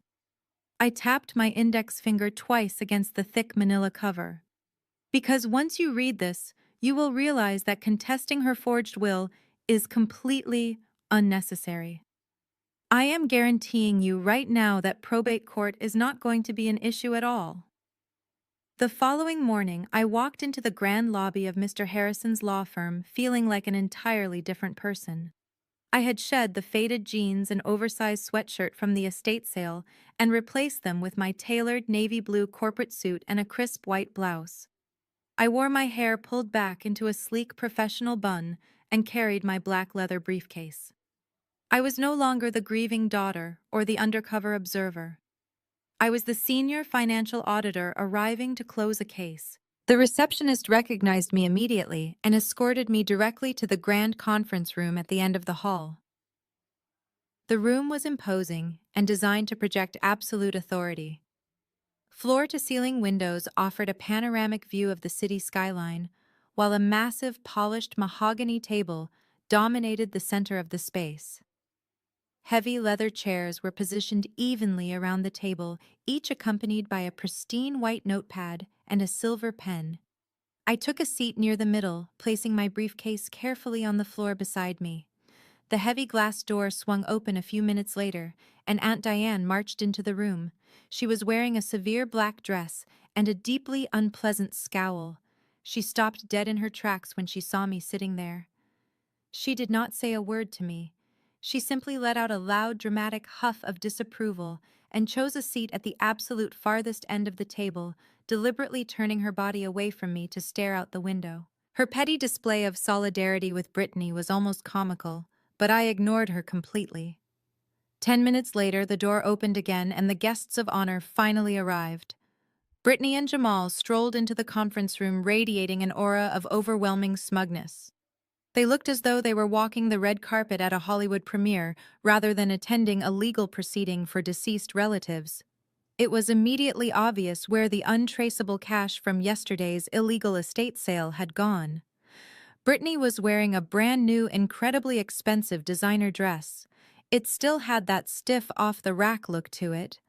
Slung over her shoulder was a pristine lambskin leather handbag that easily cost thousands of dollars. Jamal was wearing a custom-tailored suit that fit him perfectly, a stark contrast to his usual athletic wear. And there, peeking out from beneath the crisp white cuff of his new dress shirt, was my father's $50,000 vintage Rolex Daytona. He wore the stolen, heavily insured asset into a law firm with absolute impunity. They sat down directly across the mahogany table from me. Brittany aggressively placed her new designer bag right on top of the table, making sure the luxury logo was facing me.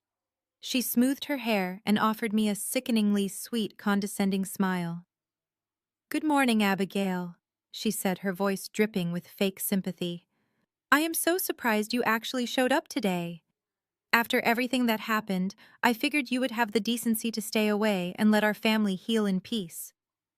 I looked at her new dress and then at Jamal's stolen watch. "I am exactly where I need to be, Brittany," I replied, keeping my voice perfectly flat and devoid of any emotion.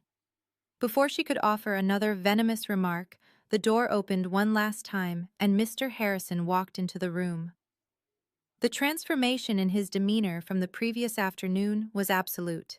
Yesterday, he had been a frantic, exhausted man, terrified of a massive, looming probate battle. Today, he looked incredibly rested, sharp, and dangerous. His silver hair was perfectly combed, and his silk tie was knotted with military precision. He carried a thick leather portfolio under his arm and took his seat at the head of the mahogany table. He did not look at me. He did not give away even a hint of the revelation he had experienced while reading the Horizon Trust documents I had left with him. He was a seasoned attorney, and he knew exactly how to play his role in the theater of this meeting. "Good morning, everyone." Mr. Harrison began opening his leather portfolio and laying out a stack of papers. "We are gathered here today to formally execute the estate of your late parents. However, before we begin the standard proceedings, I must address a new development. Yesterday morning, Brittany and Jamal presented my office with a document they discovered in the family home. It is titled as a last will and testament dated 2 weeks prior to your parents' passing." Aunt Diane leaned forward in her chair, nodding vigorously in approval. Brittany reached across the table and took Jamal's hand, squeezing it tightly. They were both practically vibrating with anticipation, waiting for the lawyer to officially crown them the new rulers of the family empire. Because this document carries a more recent date and meets the basic state requirements for a witness signature, Mr. Harrison continued, his voice steady and professional. "It legally supersedes the previous estate plan drawn up by my firm 5 years ago. I am obligated by law to read this document into the official record today." Mr. Harrison picked up the single piece of paper that Brittany had printed off the internet and forged.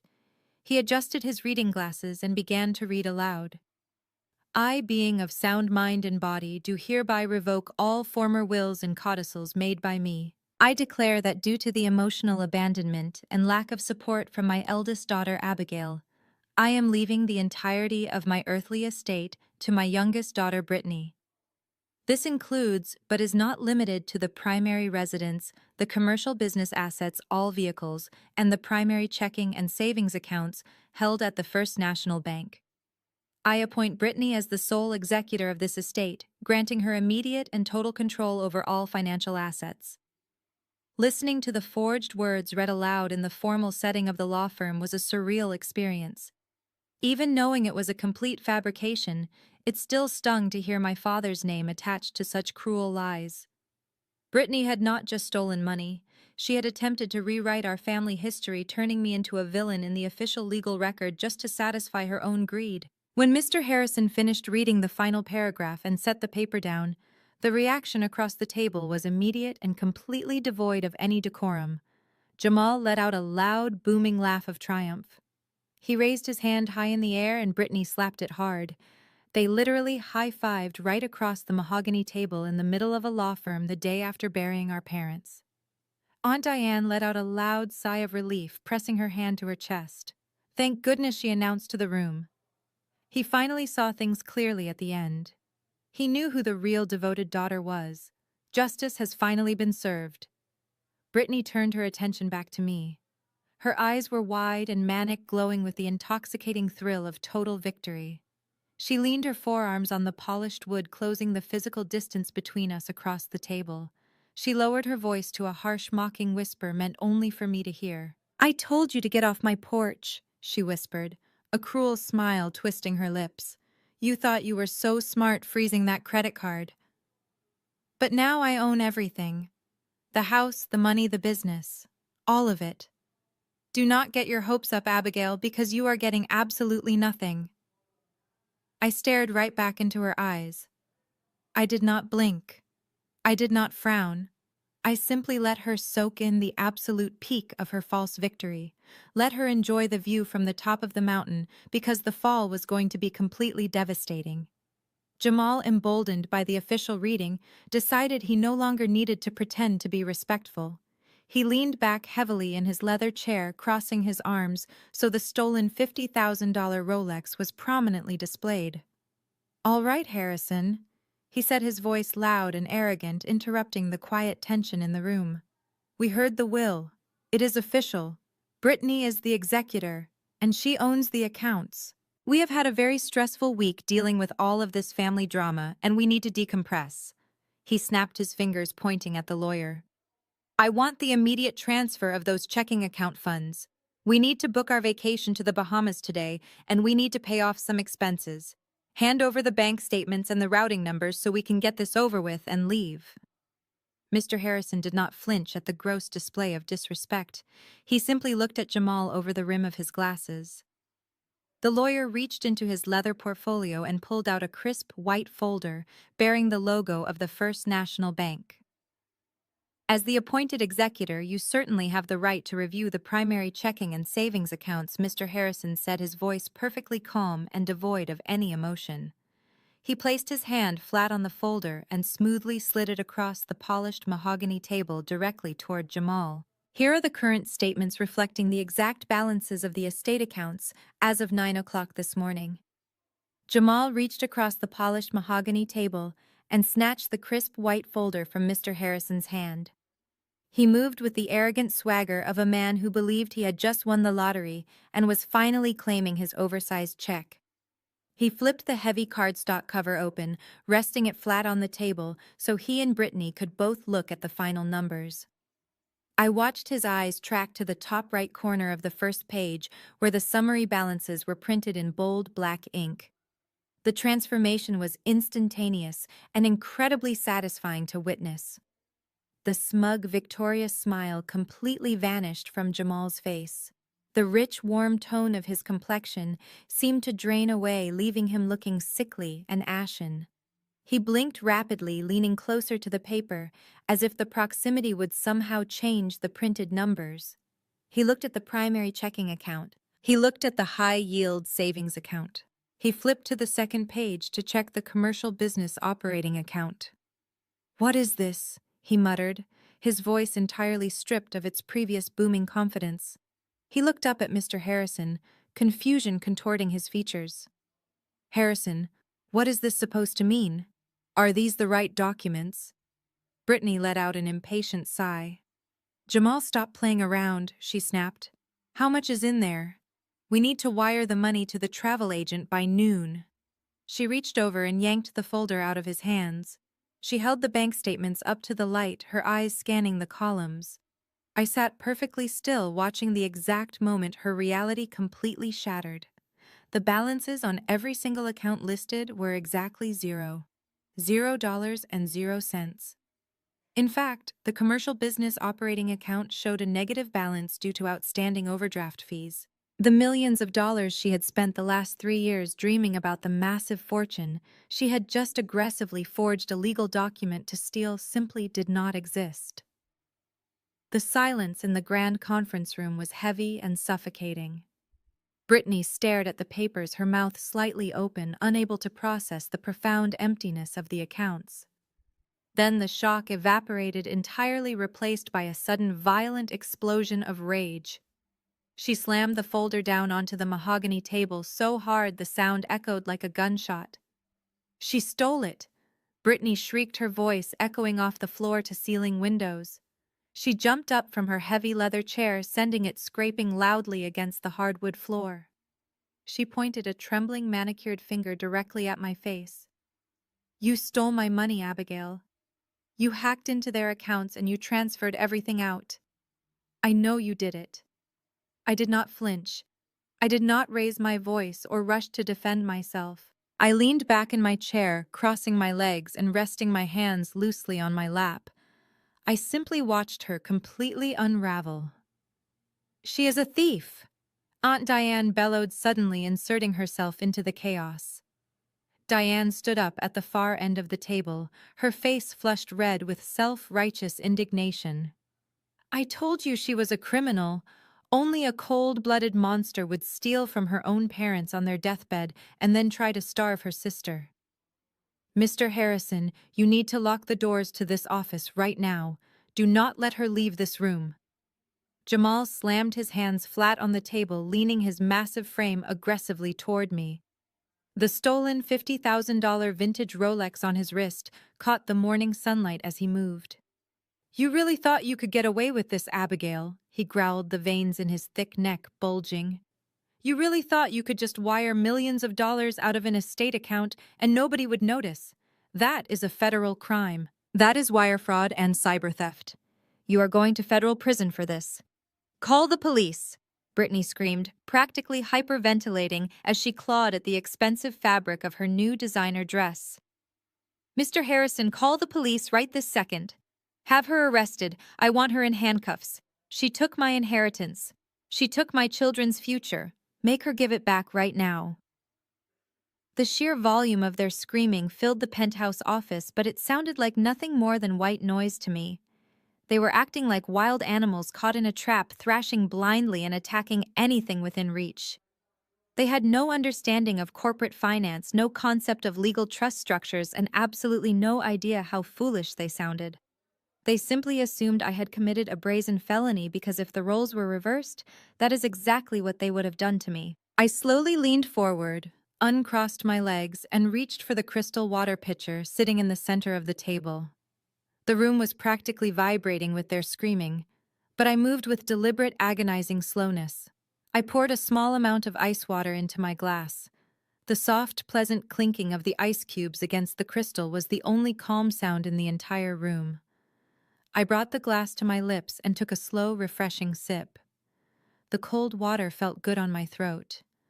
I set the glass down quietly on the matching coaster and looked directly at Brittany. I have not hacked anything, I said, my voice low, smooth, and effortlessly cutting through their hysterical screaming. I have not stolen a single penny from this family. Every dollar that belongs to those specific accounts is accounted for exactly as it should be. Liar Brittany shrieked, her face now a blotchy, furious mask.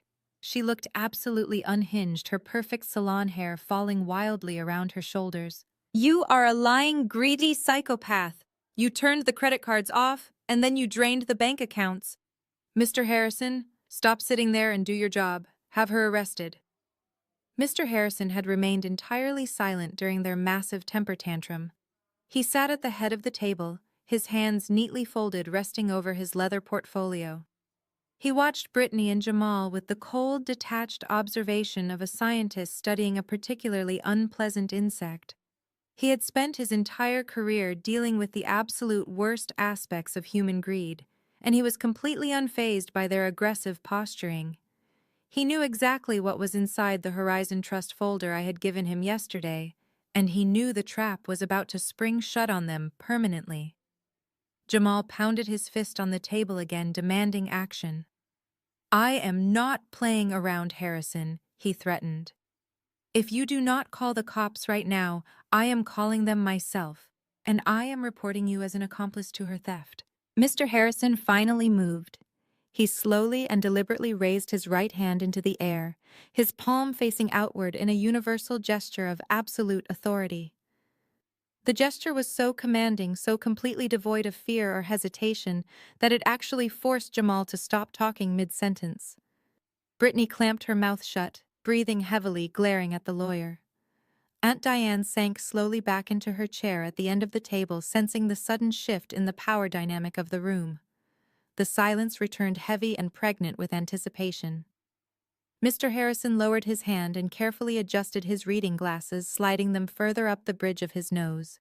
He looked at Jamal and then at Brittany, his expression entirely devoid of the sympathy he had shown them just 10 minutes prior.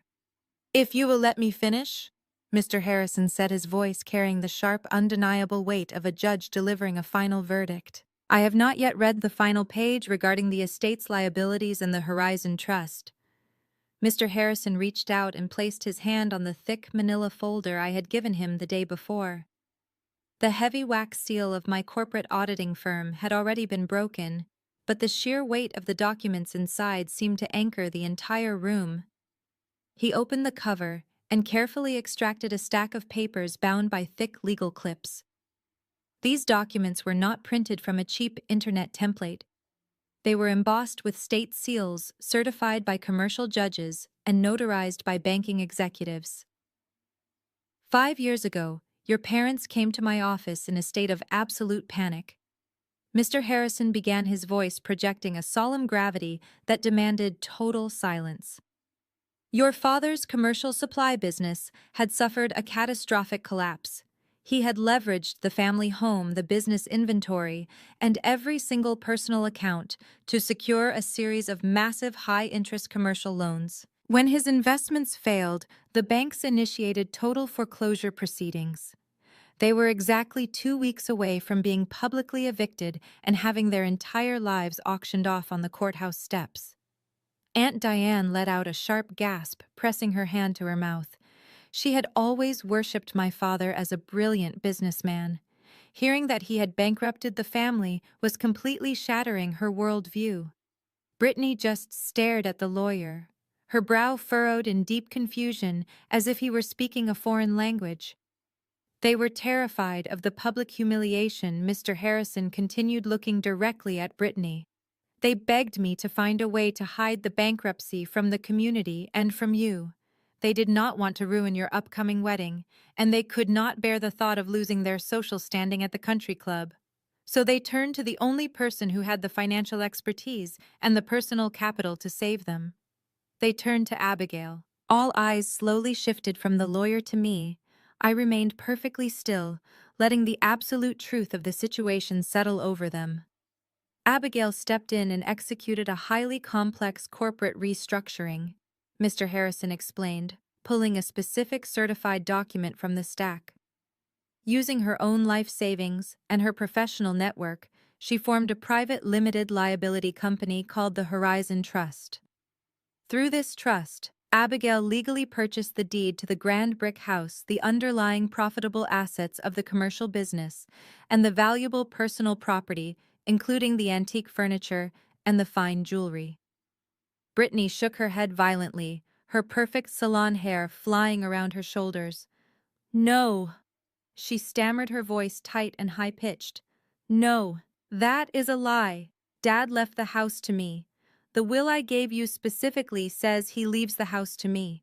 "Your father could only leave you what he legally owned," Mr. Harrison corrected her, his tone completely devoid of pity. "And for the last 5 years your father has not owned that house. He has not owned the business. Abigail allowed your parents to continue living in the home rent-free for the rest of their lives to maintain their public facade. She allowed them to pretend they were still wealthy so you would not have to face the embarrassment of a bankrupt family." Mr. Harrison picked up another document, highlighting a section with his silver pen. "The legal entity known as your parents' estate, the exact same estate that you just aggressively claimed total ownership of through that superseding will, does not hold any physical assets. It is simply a hollow shell company."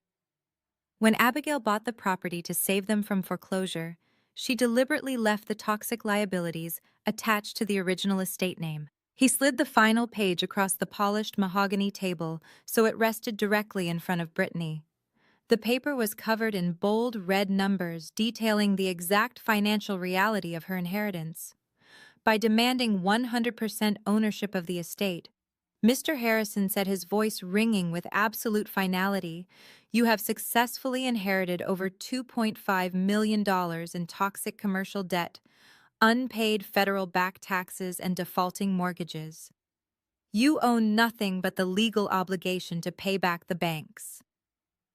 The color completely drained from Brittany's face, leaving her skin a sickly, translucent white. Her jaw went slack, and her eyes darted frantically across the bold red numbers printed on the page. $2.5 million. The number was so massive, so completely incomprehensible to her, that her brain simply short-circuited. She looked like a passenger on a sinking ship who had just realized there were no lifeboats left. "No," she whispered, her voice barely audible in the quiet conference room. "No, I do not accept it. I reject the will. I do not want the estate. You can have it, Abigail. You take it. I formally reject the inheritance." She pushed the paper away from her as if it were physically burning her hands. She looked up at Mr. Harrison, her chest heaving as she began to hyperventilate. Just tear up the document. She pleaded, tears of genuine terror finally spilling down her cheeks. Tear it up and pretend I never brought it here. Let Abigail have her stupid debt. Mr. Harrison did not reach for the paper. He simply folded his hands together on the desk, looking down at her with the cold, unyielding gaze of a legal executioner. "It is entirely too late for that, Brittany," he informed her, his voice sharp as a razor. "What do you mean it is too late?" Jamal shouted, slamming his hand on the table. He was panicking now, his booming voice cracking under the pressure. "She just said she does not want it. You cannot force someone to inherit debt. Under normal circumstances, an heir can absolutely disclaim an inheritance," Mr. Harrison explained, leaning forward slightly to emphasize his point. "However, the law is very clear regarding the assumption of estate liabilities. If an heir prematurely acts as the executor taking physical control of the assets before the probate court has officially cleared them, they legally assume full and undeniable responsibility for all debts tied to that estate. It is a legal doctrine designed to prevent exactly what you did last night." Mr. Harrison picked up his pen and pointed it directly at Brittany. "By forcibly locking your sister out of the property, presenting a forged medical power of attorney to the local police department to establish residency, and actively taking control of the house, you acted as the executor. You legally bound yourself to the estate. You cannot back out now. The creditors will be coming for you directly, and they will liquidate everything you own to satisfy this $2.5 million debt." Brittany let out a choked, desperate sob, burying her face in her trembling hands. The reality of her situation was finally crashing down on her. Her greed had completely blinded her to the trap she was walking into. She thought she was stealing a mansion, but she had just chained herself to a financial boulder and kicked it off a cliff. But her nightmare was not even close to being over. It was time for me to deliver the final blow. I reached down to my black leather briefcase sitting on the floor. I snapped the metal latches open and pulled out a thick, crisp white legal envelope. I placed it on the mahogany table and used my index finger to slide it smoothly across the polished wood, stopping it right in front of Jamal. Jamal stared at the white envelope as if it were a venomous snake. He did not make a move to touch it. He just looked from the envelope to my face, his eyes wide with a mixture of anger and dawning horror. "Go ahead, Jamal," I said, my voice perfectly calm and conversational. "Open it." He hesitated, his thick fingers trembling slightly as he reached out and picked up the envelope. He tore the flap open and pulled out a thick stack of legal filings. The logo of a massive national insurance conglomerate was printed across the top of the first page. "That is a formal civil lawsuit," I explained, watching his eyes scan the heavy legal jargon. "It was filed first thing this morning by the elite legal department of the Horizon Trust insurance provider. They are suing you personally for the grand larceny of a highly scheduled insured asset, specifically the vintage $50,000 Rolex Daytona you are currently wearing on your left wrist." Jamal flinched violently, instinctively pulling his left arm off the table and trying to hide the watch beneath the cuff of his suit jacket. But it was entirely too late. He had worn stolen property into a law firm and paraded it in front of a sworn officer of the court. I did not stop there. I pointed to the second page in the stack. "Attached to that civil suit, you will find 2 federal case numbers." I continued, my voice echoing clearly in the silent room. "Yesterday morning, while you and Brittany were busy selling my mother's antique piano and diamond jewelry for untraceable cash, I was sitting in my car down the street. I recorded the entire event. I captured crystal clear audio of Brittany aggressively refusing legal tender and demanding undocumented currency. Brittany raised her head from her hands, her tear-streaked face staring at me in absolute horror. I forwarded those recordings and a detailed ledger of the stolen inventory to the Criminal Investigation Division of the Internal Revenue Service. I told them, letting the name of the federal agency hang heavily in the air. "You conducted an unlicensed cash liquidation of high-value assets that legally belong to my corporate limited liability company. That constitutes massive federal tax evasion and felony insurance fraud. The federal agents are likely drafting the arrest warrants as we speak. Jamal slowly lowered the legal documents to the table. His massive chest was rising and falling rapidly as he struggled to pull air into his lungs. The aggressive bullying persona he relied on was completely gone. He was a man who suddenly realized he was standing on the tracks and the train was only inches away. He looked at the lawsuit detailing his theft of the $50,000 watch. He looked at the federal case numbers promising years of audits and potential prison time. And then he slowly turned his head to look at his wife. He looked at Brittany, the golden child who had promised him millions. The woman who had convinced him to lock me out in the freezing rain, to forge legal documents, and to aggressively steal from my parents' estate. He realized in that exact moment that her insatiable greed and pathetic need to prove she was better than me had just destroyed his entire life. She had anchored him to $2.5 million in inescapable debt and dragged him directly into a massive federal tax fraud investigation. The silence in the room was abruptly shattered by the violent crash of Jamal kicking his heavy leather chair backward. It tipped over and slammed against the hardwood floor, echoing like a bomb detonating in the pristine corporate space. He leaped to his feet, his massive frame shaking with a sudden explosive fury that had absolutely nothing to do with protecting his wife and everything to do with saving his own skin. He looked at the legal documents detailing the federal tax fraud investigation, and then he looked at Brittany. The sheer hatred radiating from his eyes was palpable. "You lied to me!" Jamal roared, his booming voice rattling the floor-to-ceiling windows. "You looked me right in the eye and told me your father left you a multi-million-dollar empire. You told me we were rich. You told me to kick her out of the house because it was legally yours." Brittany flinched, shrinking back in her seat. "Jamal, please," she stammered, her voice trembling with panic. "I did not know. I swear to you I had no idea about the debt. We can fix this. We can hire our own lawyers and fight it." "Fight it!" Jamal screamed, slapping his hand against the mahogany table so hard the crystal water pitcher rattled. "Fight the Internal Revenue Service. Fight a massive corporate insurance conglomerate. Are you completely out of your mind? They have audio recordings of you demanding untraceable cash. They have video of the estate sale. We are not going to civil court, Brittany. We are going to federal prison." Jamal frantically grabbed his left wrist. His thick fingers fumbled with the clasp of the vintage $50,000 Rolex Daytona he had stolen from my father's study. He tore the heavy gold and stainless steel watch off his arm as if the metal were physically burning his skin. He threw it violently across the table. It slid across the polished wood and crashed into Mr. Harrison's leather portfolio, leaving a deep scratch in the expensive mahogany finish.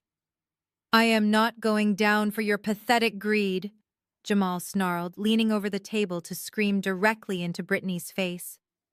"I am not taking the fall for your forged documents. You wanted to play the golden child and steal everything, but you just handed me $2.5 million in toxic debt. You ruined my life. Jamal, please do not do this," Brittany sobbed, reaching out to grab the sleeve of his custom-tailored suit. "You are my husband. We are in this together." "Do not touch me," he spat violently, yanking his arm away from her grasp. "We are not in anything together. You committed federal tax evasion. You committed insurance fraud. I am leaving this office right now, and my very first phone call is to a ruthless divorce lawyer. I am filing for separation today, and I am telling the federal agents that you orchestrated this entire scam by yourself. You are completely on your own." Jamal did not look back. He turned around and stormed toward the exit, his heavy footsteps thudding aggressively against the floor. He grabbed the heavy glass door of the conference room and shoved it open, walking out into the hallway and letting it slam shut behind him. The loud mechanical click of the latch echoing in the room was the sound of Brittany's entire world completely collapsing. She sat frozen in her chair, staring at the closed door. The arrogant, smug woman who had walked into the law firm high-fiving her husband just 20 minutes ago was entirely gone. She was rapidly hyperventilating, her chest heaving, as the catastrophic reality of her situation crushed the remaining breath from her lungs. She had lost her husband. She had lost her fake inheritance. She was facing imminent arrest and total financial ruin. I slowly turned my attention to the far end of the mahogany table. Aunt Diane was still sitting there, but she looked like she had physically shrunk in her oversized leather chair. The fierce, self-righteous matriarch who had spent the last 24 hours leading a vicious social media smear campaign against me was now paralyzed by absolute terror. Diane had always worshipped wealth and status.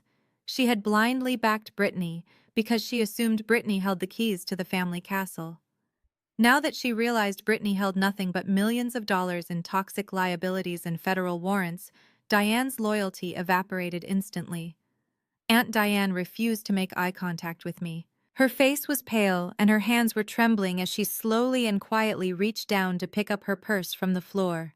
She did not say a word in Brittany's defense. She did not offer a single word of comfort to her sobbing niece. She simply clutched her purse to her chest, stood up and tiptoed quickly toward the door like a coward fleeing a burning building. She let herself out without making a sound, abandoning the golden child to face the consequences alone. It was a brilliant display of the toxic family dynamic completely dismantling itself. When the lies were exposed, the alliances crumbled instantly. There was no unconditional love, there was no fierce family loyalty, there was only mutual exploitation, and the moment the money vanished, they all turned on each other to save themselves. Brittany was completely alone. She looked around the massive empty conference room, the panic in her eyes wild and unfocused. She looked at Mr. Harrison, but the seasoned estate attorney simply gathered his papers, ignoring her completely. Finally, her bloodshot eyes landed on me. I was sitting perfectly still, my hands resting calmly on the table, simply observing the destruction she had brought upon herself. The dam finally broke. Brittany let out a loud, agonizing wail. She slid off her heavy leather chair, her legs completely giving out beneath her. She collapsed onto the expensive corporate carpet, the stiff fabric of her brand-new designer dress crumpling awkwardly around her. She crawled forward on her hands and knees, grabbing the thick wooden leg of the mahogany table to pull herself up just enough so she could look at me. Her perfect salon hair was tangled and plastered to her wet face. Her expensive makeup was running down her cheeks in dark, ugly streaks. She was no longer a bully. She was a broken, terrified child realizing she had touched a hot stove and could not undo the burn. "Abigail, please!" she begged, her voice cracking into a pathetic, high-pitched whine. "Please, you have to help me. I am so sorry. I am so incredibly sorry for everything. I was stupid and I was greedy. Jamal pushed me into it. He made me change the locks. He made me forge the paper." She was still lying still, trying to shift the blame to someone else, even as she knelt on the floor. I watched her with complete emotional detachment. My auditor brain registered her words, but my heart felt absolutely nothing. "You have the Horizon Trust, Abigail," she sobbed, reaching a trembling hand up toward the edge of the table. "You have the millions of dollars in liquid assets. You own the actual property. You can use your corporate company to pay off the $2.5 million in debt. You can call the insurance broker and tell them it was a misunderstanding. You can stop the federal investigation. Please, Abigail." She paused, choking on her own tears. "We are family. You are my big sister. You are supposed to protect me. You cannot let them put me in prison. You cannot let them take my children away from me. Please save me." She rested her forehead against the edge of the mahogany table, weeping hysterically. The sheer audacity of her plea was staggering. Less than an hour ago, she had leaned across this very same table and whispered a cruel threat, telling me not to get my hopes up because I was getting absolutely nothing. She had locked me out in the freezing rain on the day of our parents' funeral. She had sold my work laptop to a pawn shop out of pure spite. She had initiated a vicious smear campaign calling me a monster to everyone we knew. And now, facing the absolute ruin of her own malicious actions, she dared to invoke the word family. I did not feel a single ounce of pity for the woman crying at my feet. Every single terrible thing happening to her right now was a direct consequence of her own calculated choices. I had not laid a trap for an innocent person. I had simply built a solid financial fortress, and she had chosen to repeatedly bash her own head against the brick walls trying to break in. I slowly pushed my chair back and stood up from the table. I smoothed the front of my tailored navy blue suit and picked up my black leather briefcase. I looked down at my sister. From my full height, towering over her kneeling form, the power dynamic between us was permanently reversed. She would never look down on me again. "I am not using my company to pay off a single penny of your debt, Brittany," I said, my voice cold, clear, and entirely devoid of mercy. "You forged a legal document to steal an estate you did not understand. You assumed the liabilities voluntarily." Brittany gasped, looking up at me with wide, terrified eyes. "But what am I supposed to do?" she wailed, her hands gripping the edge of the table so tightly her knuckles turned white. "I have no money. Jamal is leaving me. The federal agents are coming. What am I supposed to do, Abigail?" I looked down at her messy hair and her ruined designer dress. I thought about my soaked suitcases sitting in the freezing puddles on the front porch. I thought about the cruel smile on her face when she told me she had locked our mother's ashes inside a safe and refused to give me the combination. I adjusted my grip on the handle of my briefcase. I looked her dead in the eye and repeated the exact same words she had used to dismiss my grief just 24 hours ago. "I guess you will just have to figure it out." Walking out of Mr. Harrison's office that morning was the single most liberating moment of my entire life. I did not look back at my sister weeping on the corporate carpet, and I did not pause to listen to her desperate apologies. I simply pressed the button for the elevator, stepped inside, and watched the heavy silver doors slide shut, severing my ties to that toxic dynamic permanently. When I stepped out into the crisp morning air of the city, the heavy burden I had been carrying for my entire adult life was completely gone. Fast forward 6 months, and the landscape of my family had been entirely decimated and rebuilt by the brutal consequences of their own actions. The federal government does not move quickly, but when the Criminal Investigation Division of the Internal Revenue Service finally strikes, it strikes with absolute catastrophic force. They did not just audit Brittany, they financially obliterated her. Because I had provided crystal clear audio recordings and video evidence of the illegal estate sale, the federal agents were able to track down almost every single undocumented cash transaction. They seized the massive sums of untraceable money Brittany had hoarded in her designer bags. But it did not stop there. The IRS audited her personal finances going back 7 years, uncovering a long history of unreported income and fraudulent tax deductions she had used to fund her luxury lifestyle. To satisfy the massive penalties and the $2.5 million in toxic estate debt, she had foolishly legally assumed the government seized absolutely everything she owned. Her brand new luxury vehicles were towed away in the middle of the night. Her extensive collection of designer clothes and expensive jewelry was confiscated and sold at federal auctions. With her bank accounts entirely frozen and her credit score completely destroyed, she was evicted from her upscale suburban rental home. The golden child, who had always demanded the absolute best of everything, was forced to move into a tiny, rundown one-bedroom apartment, located right next to a noisy industrial park.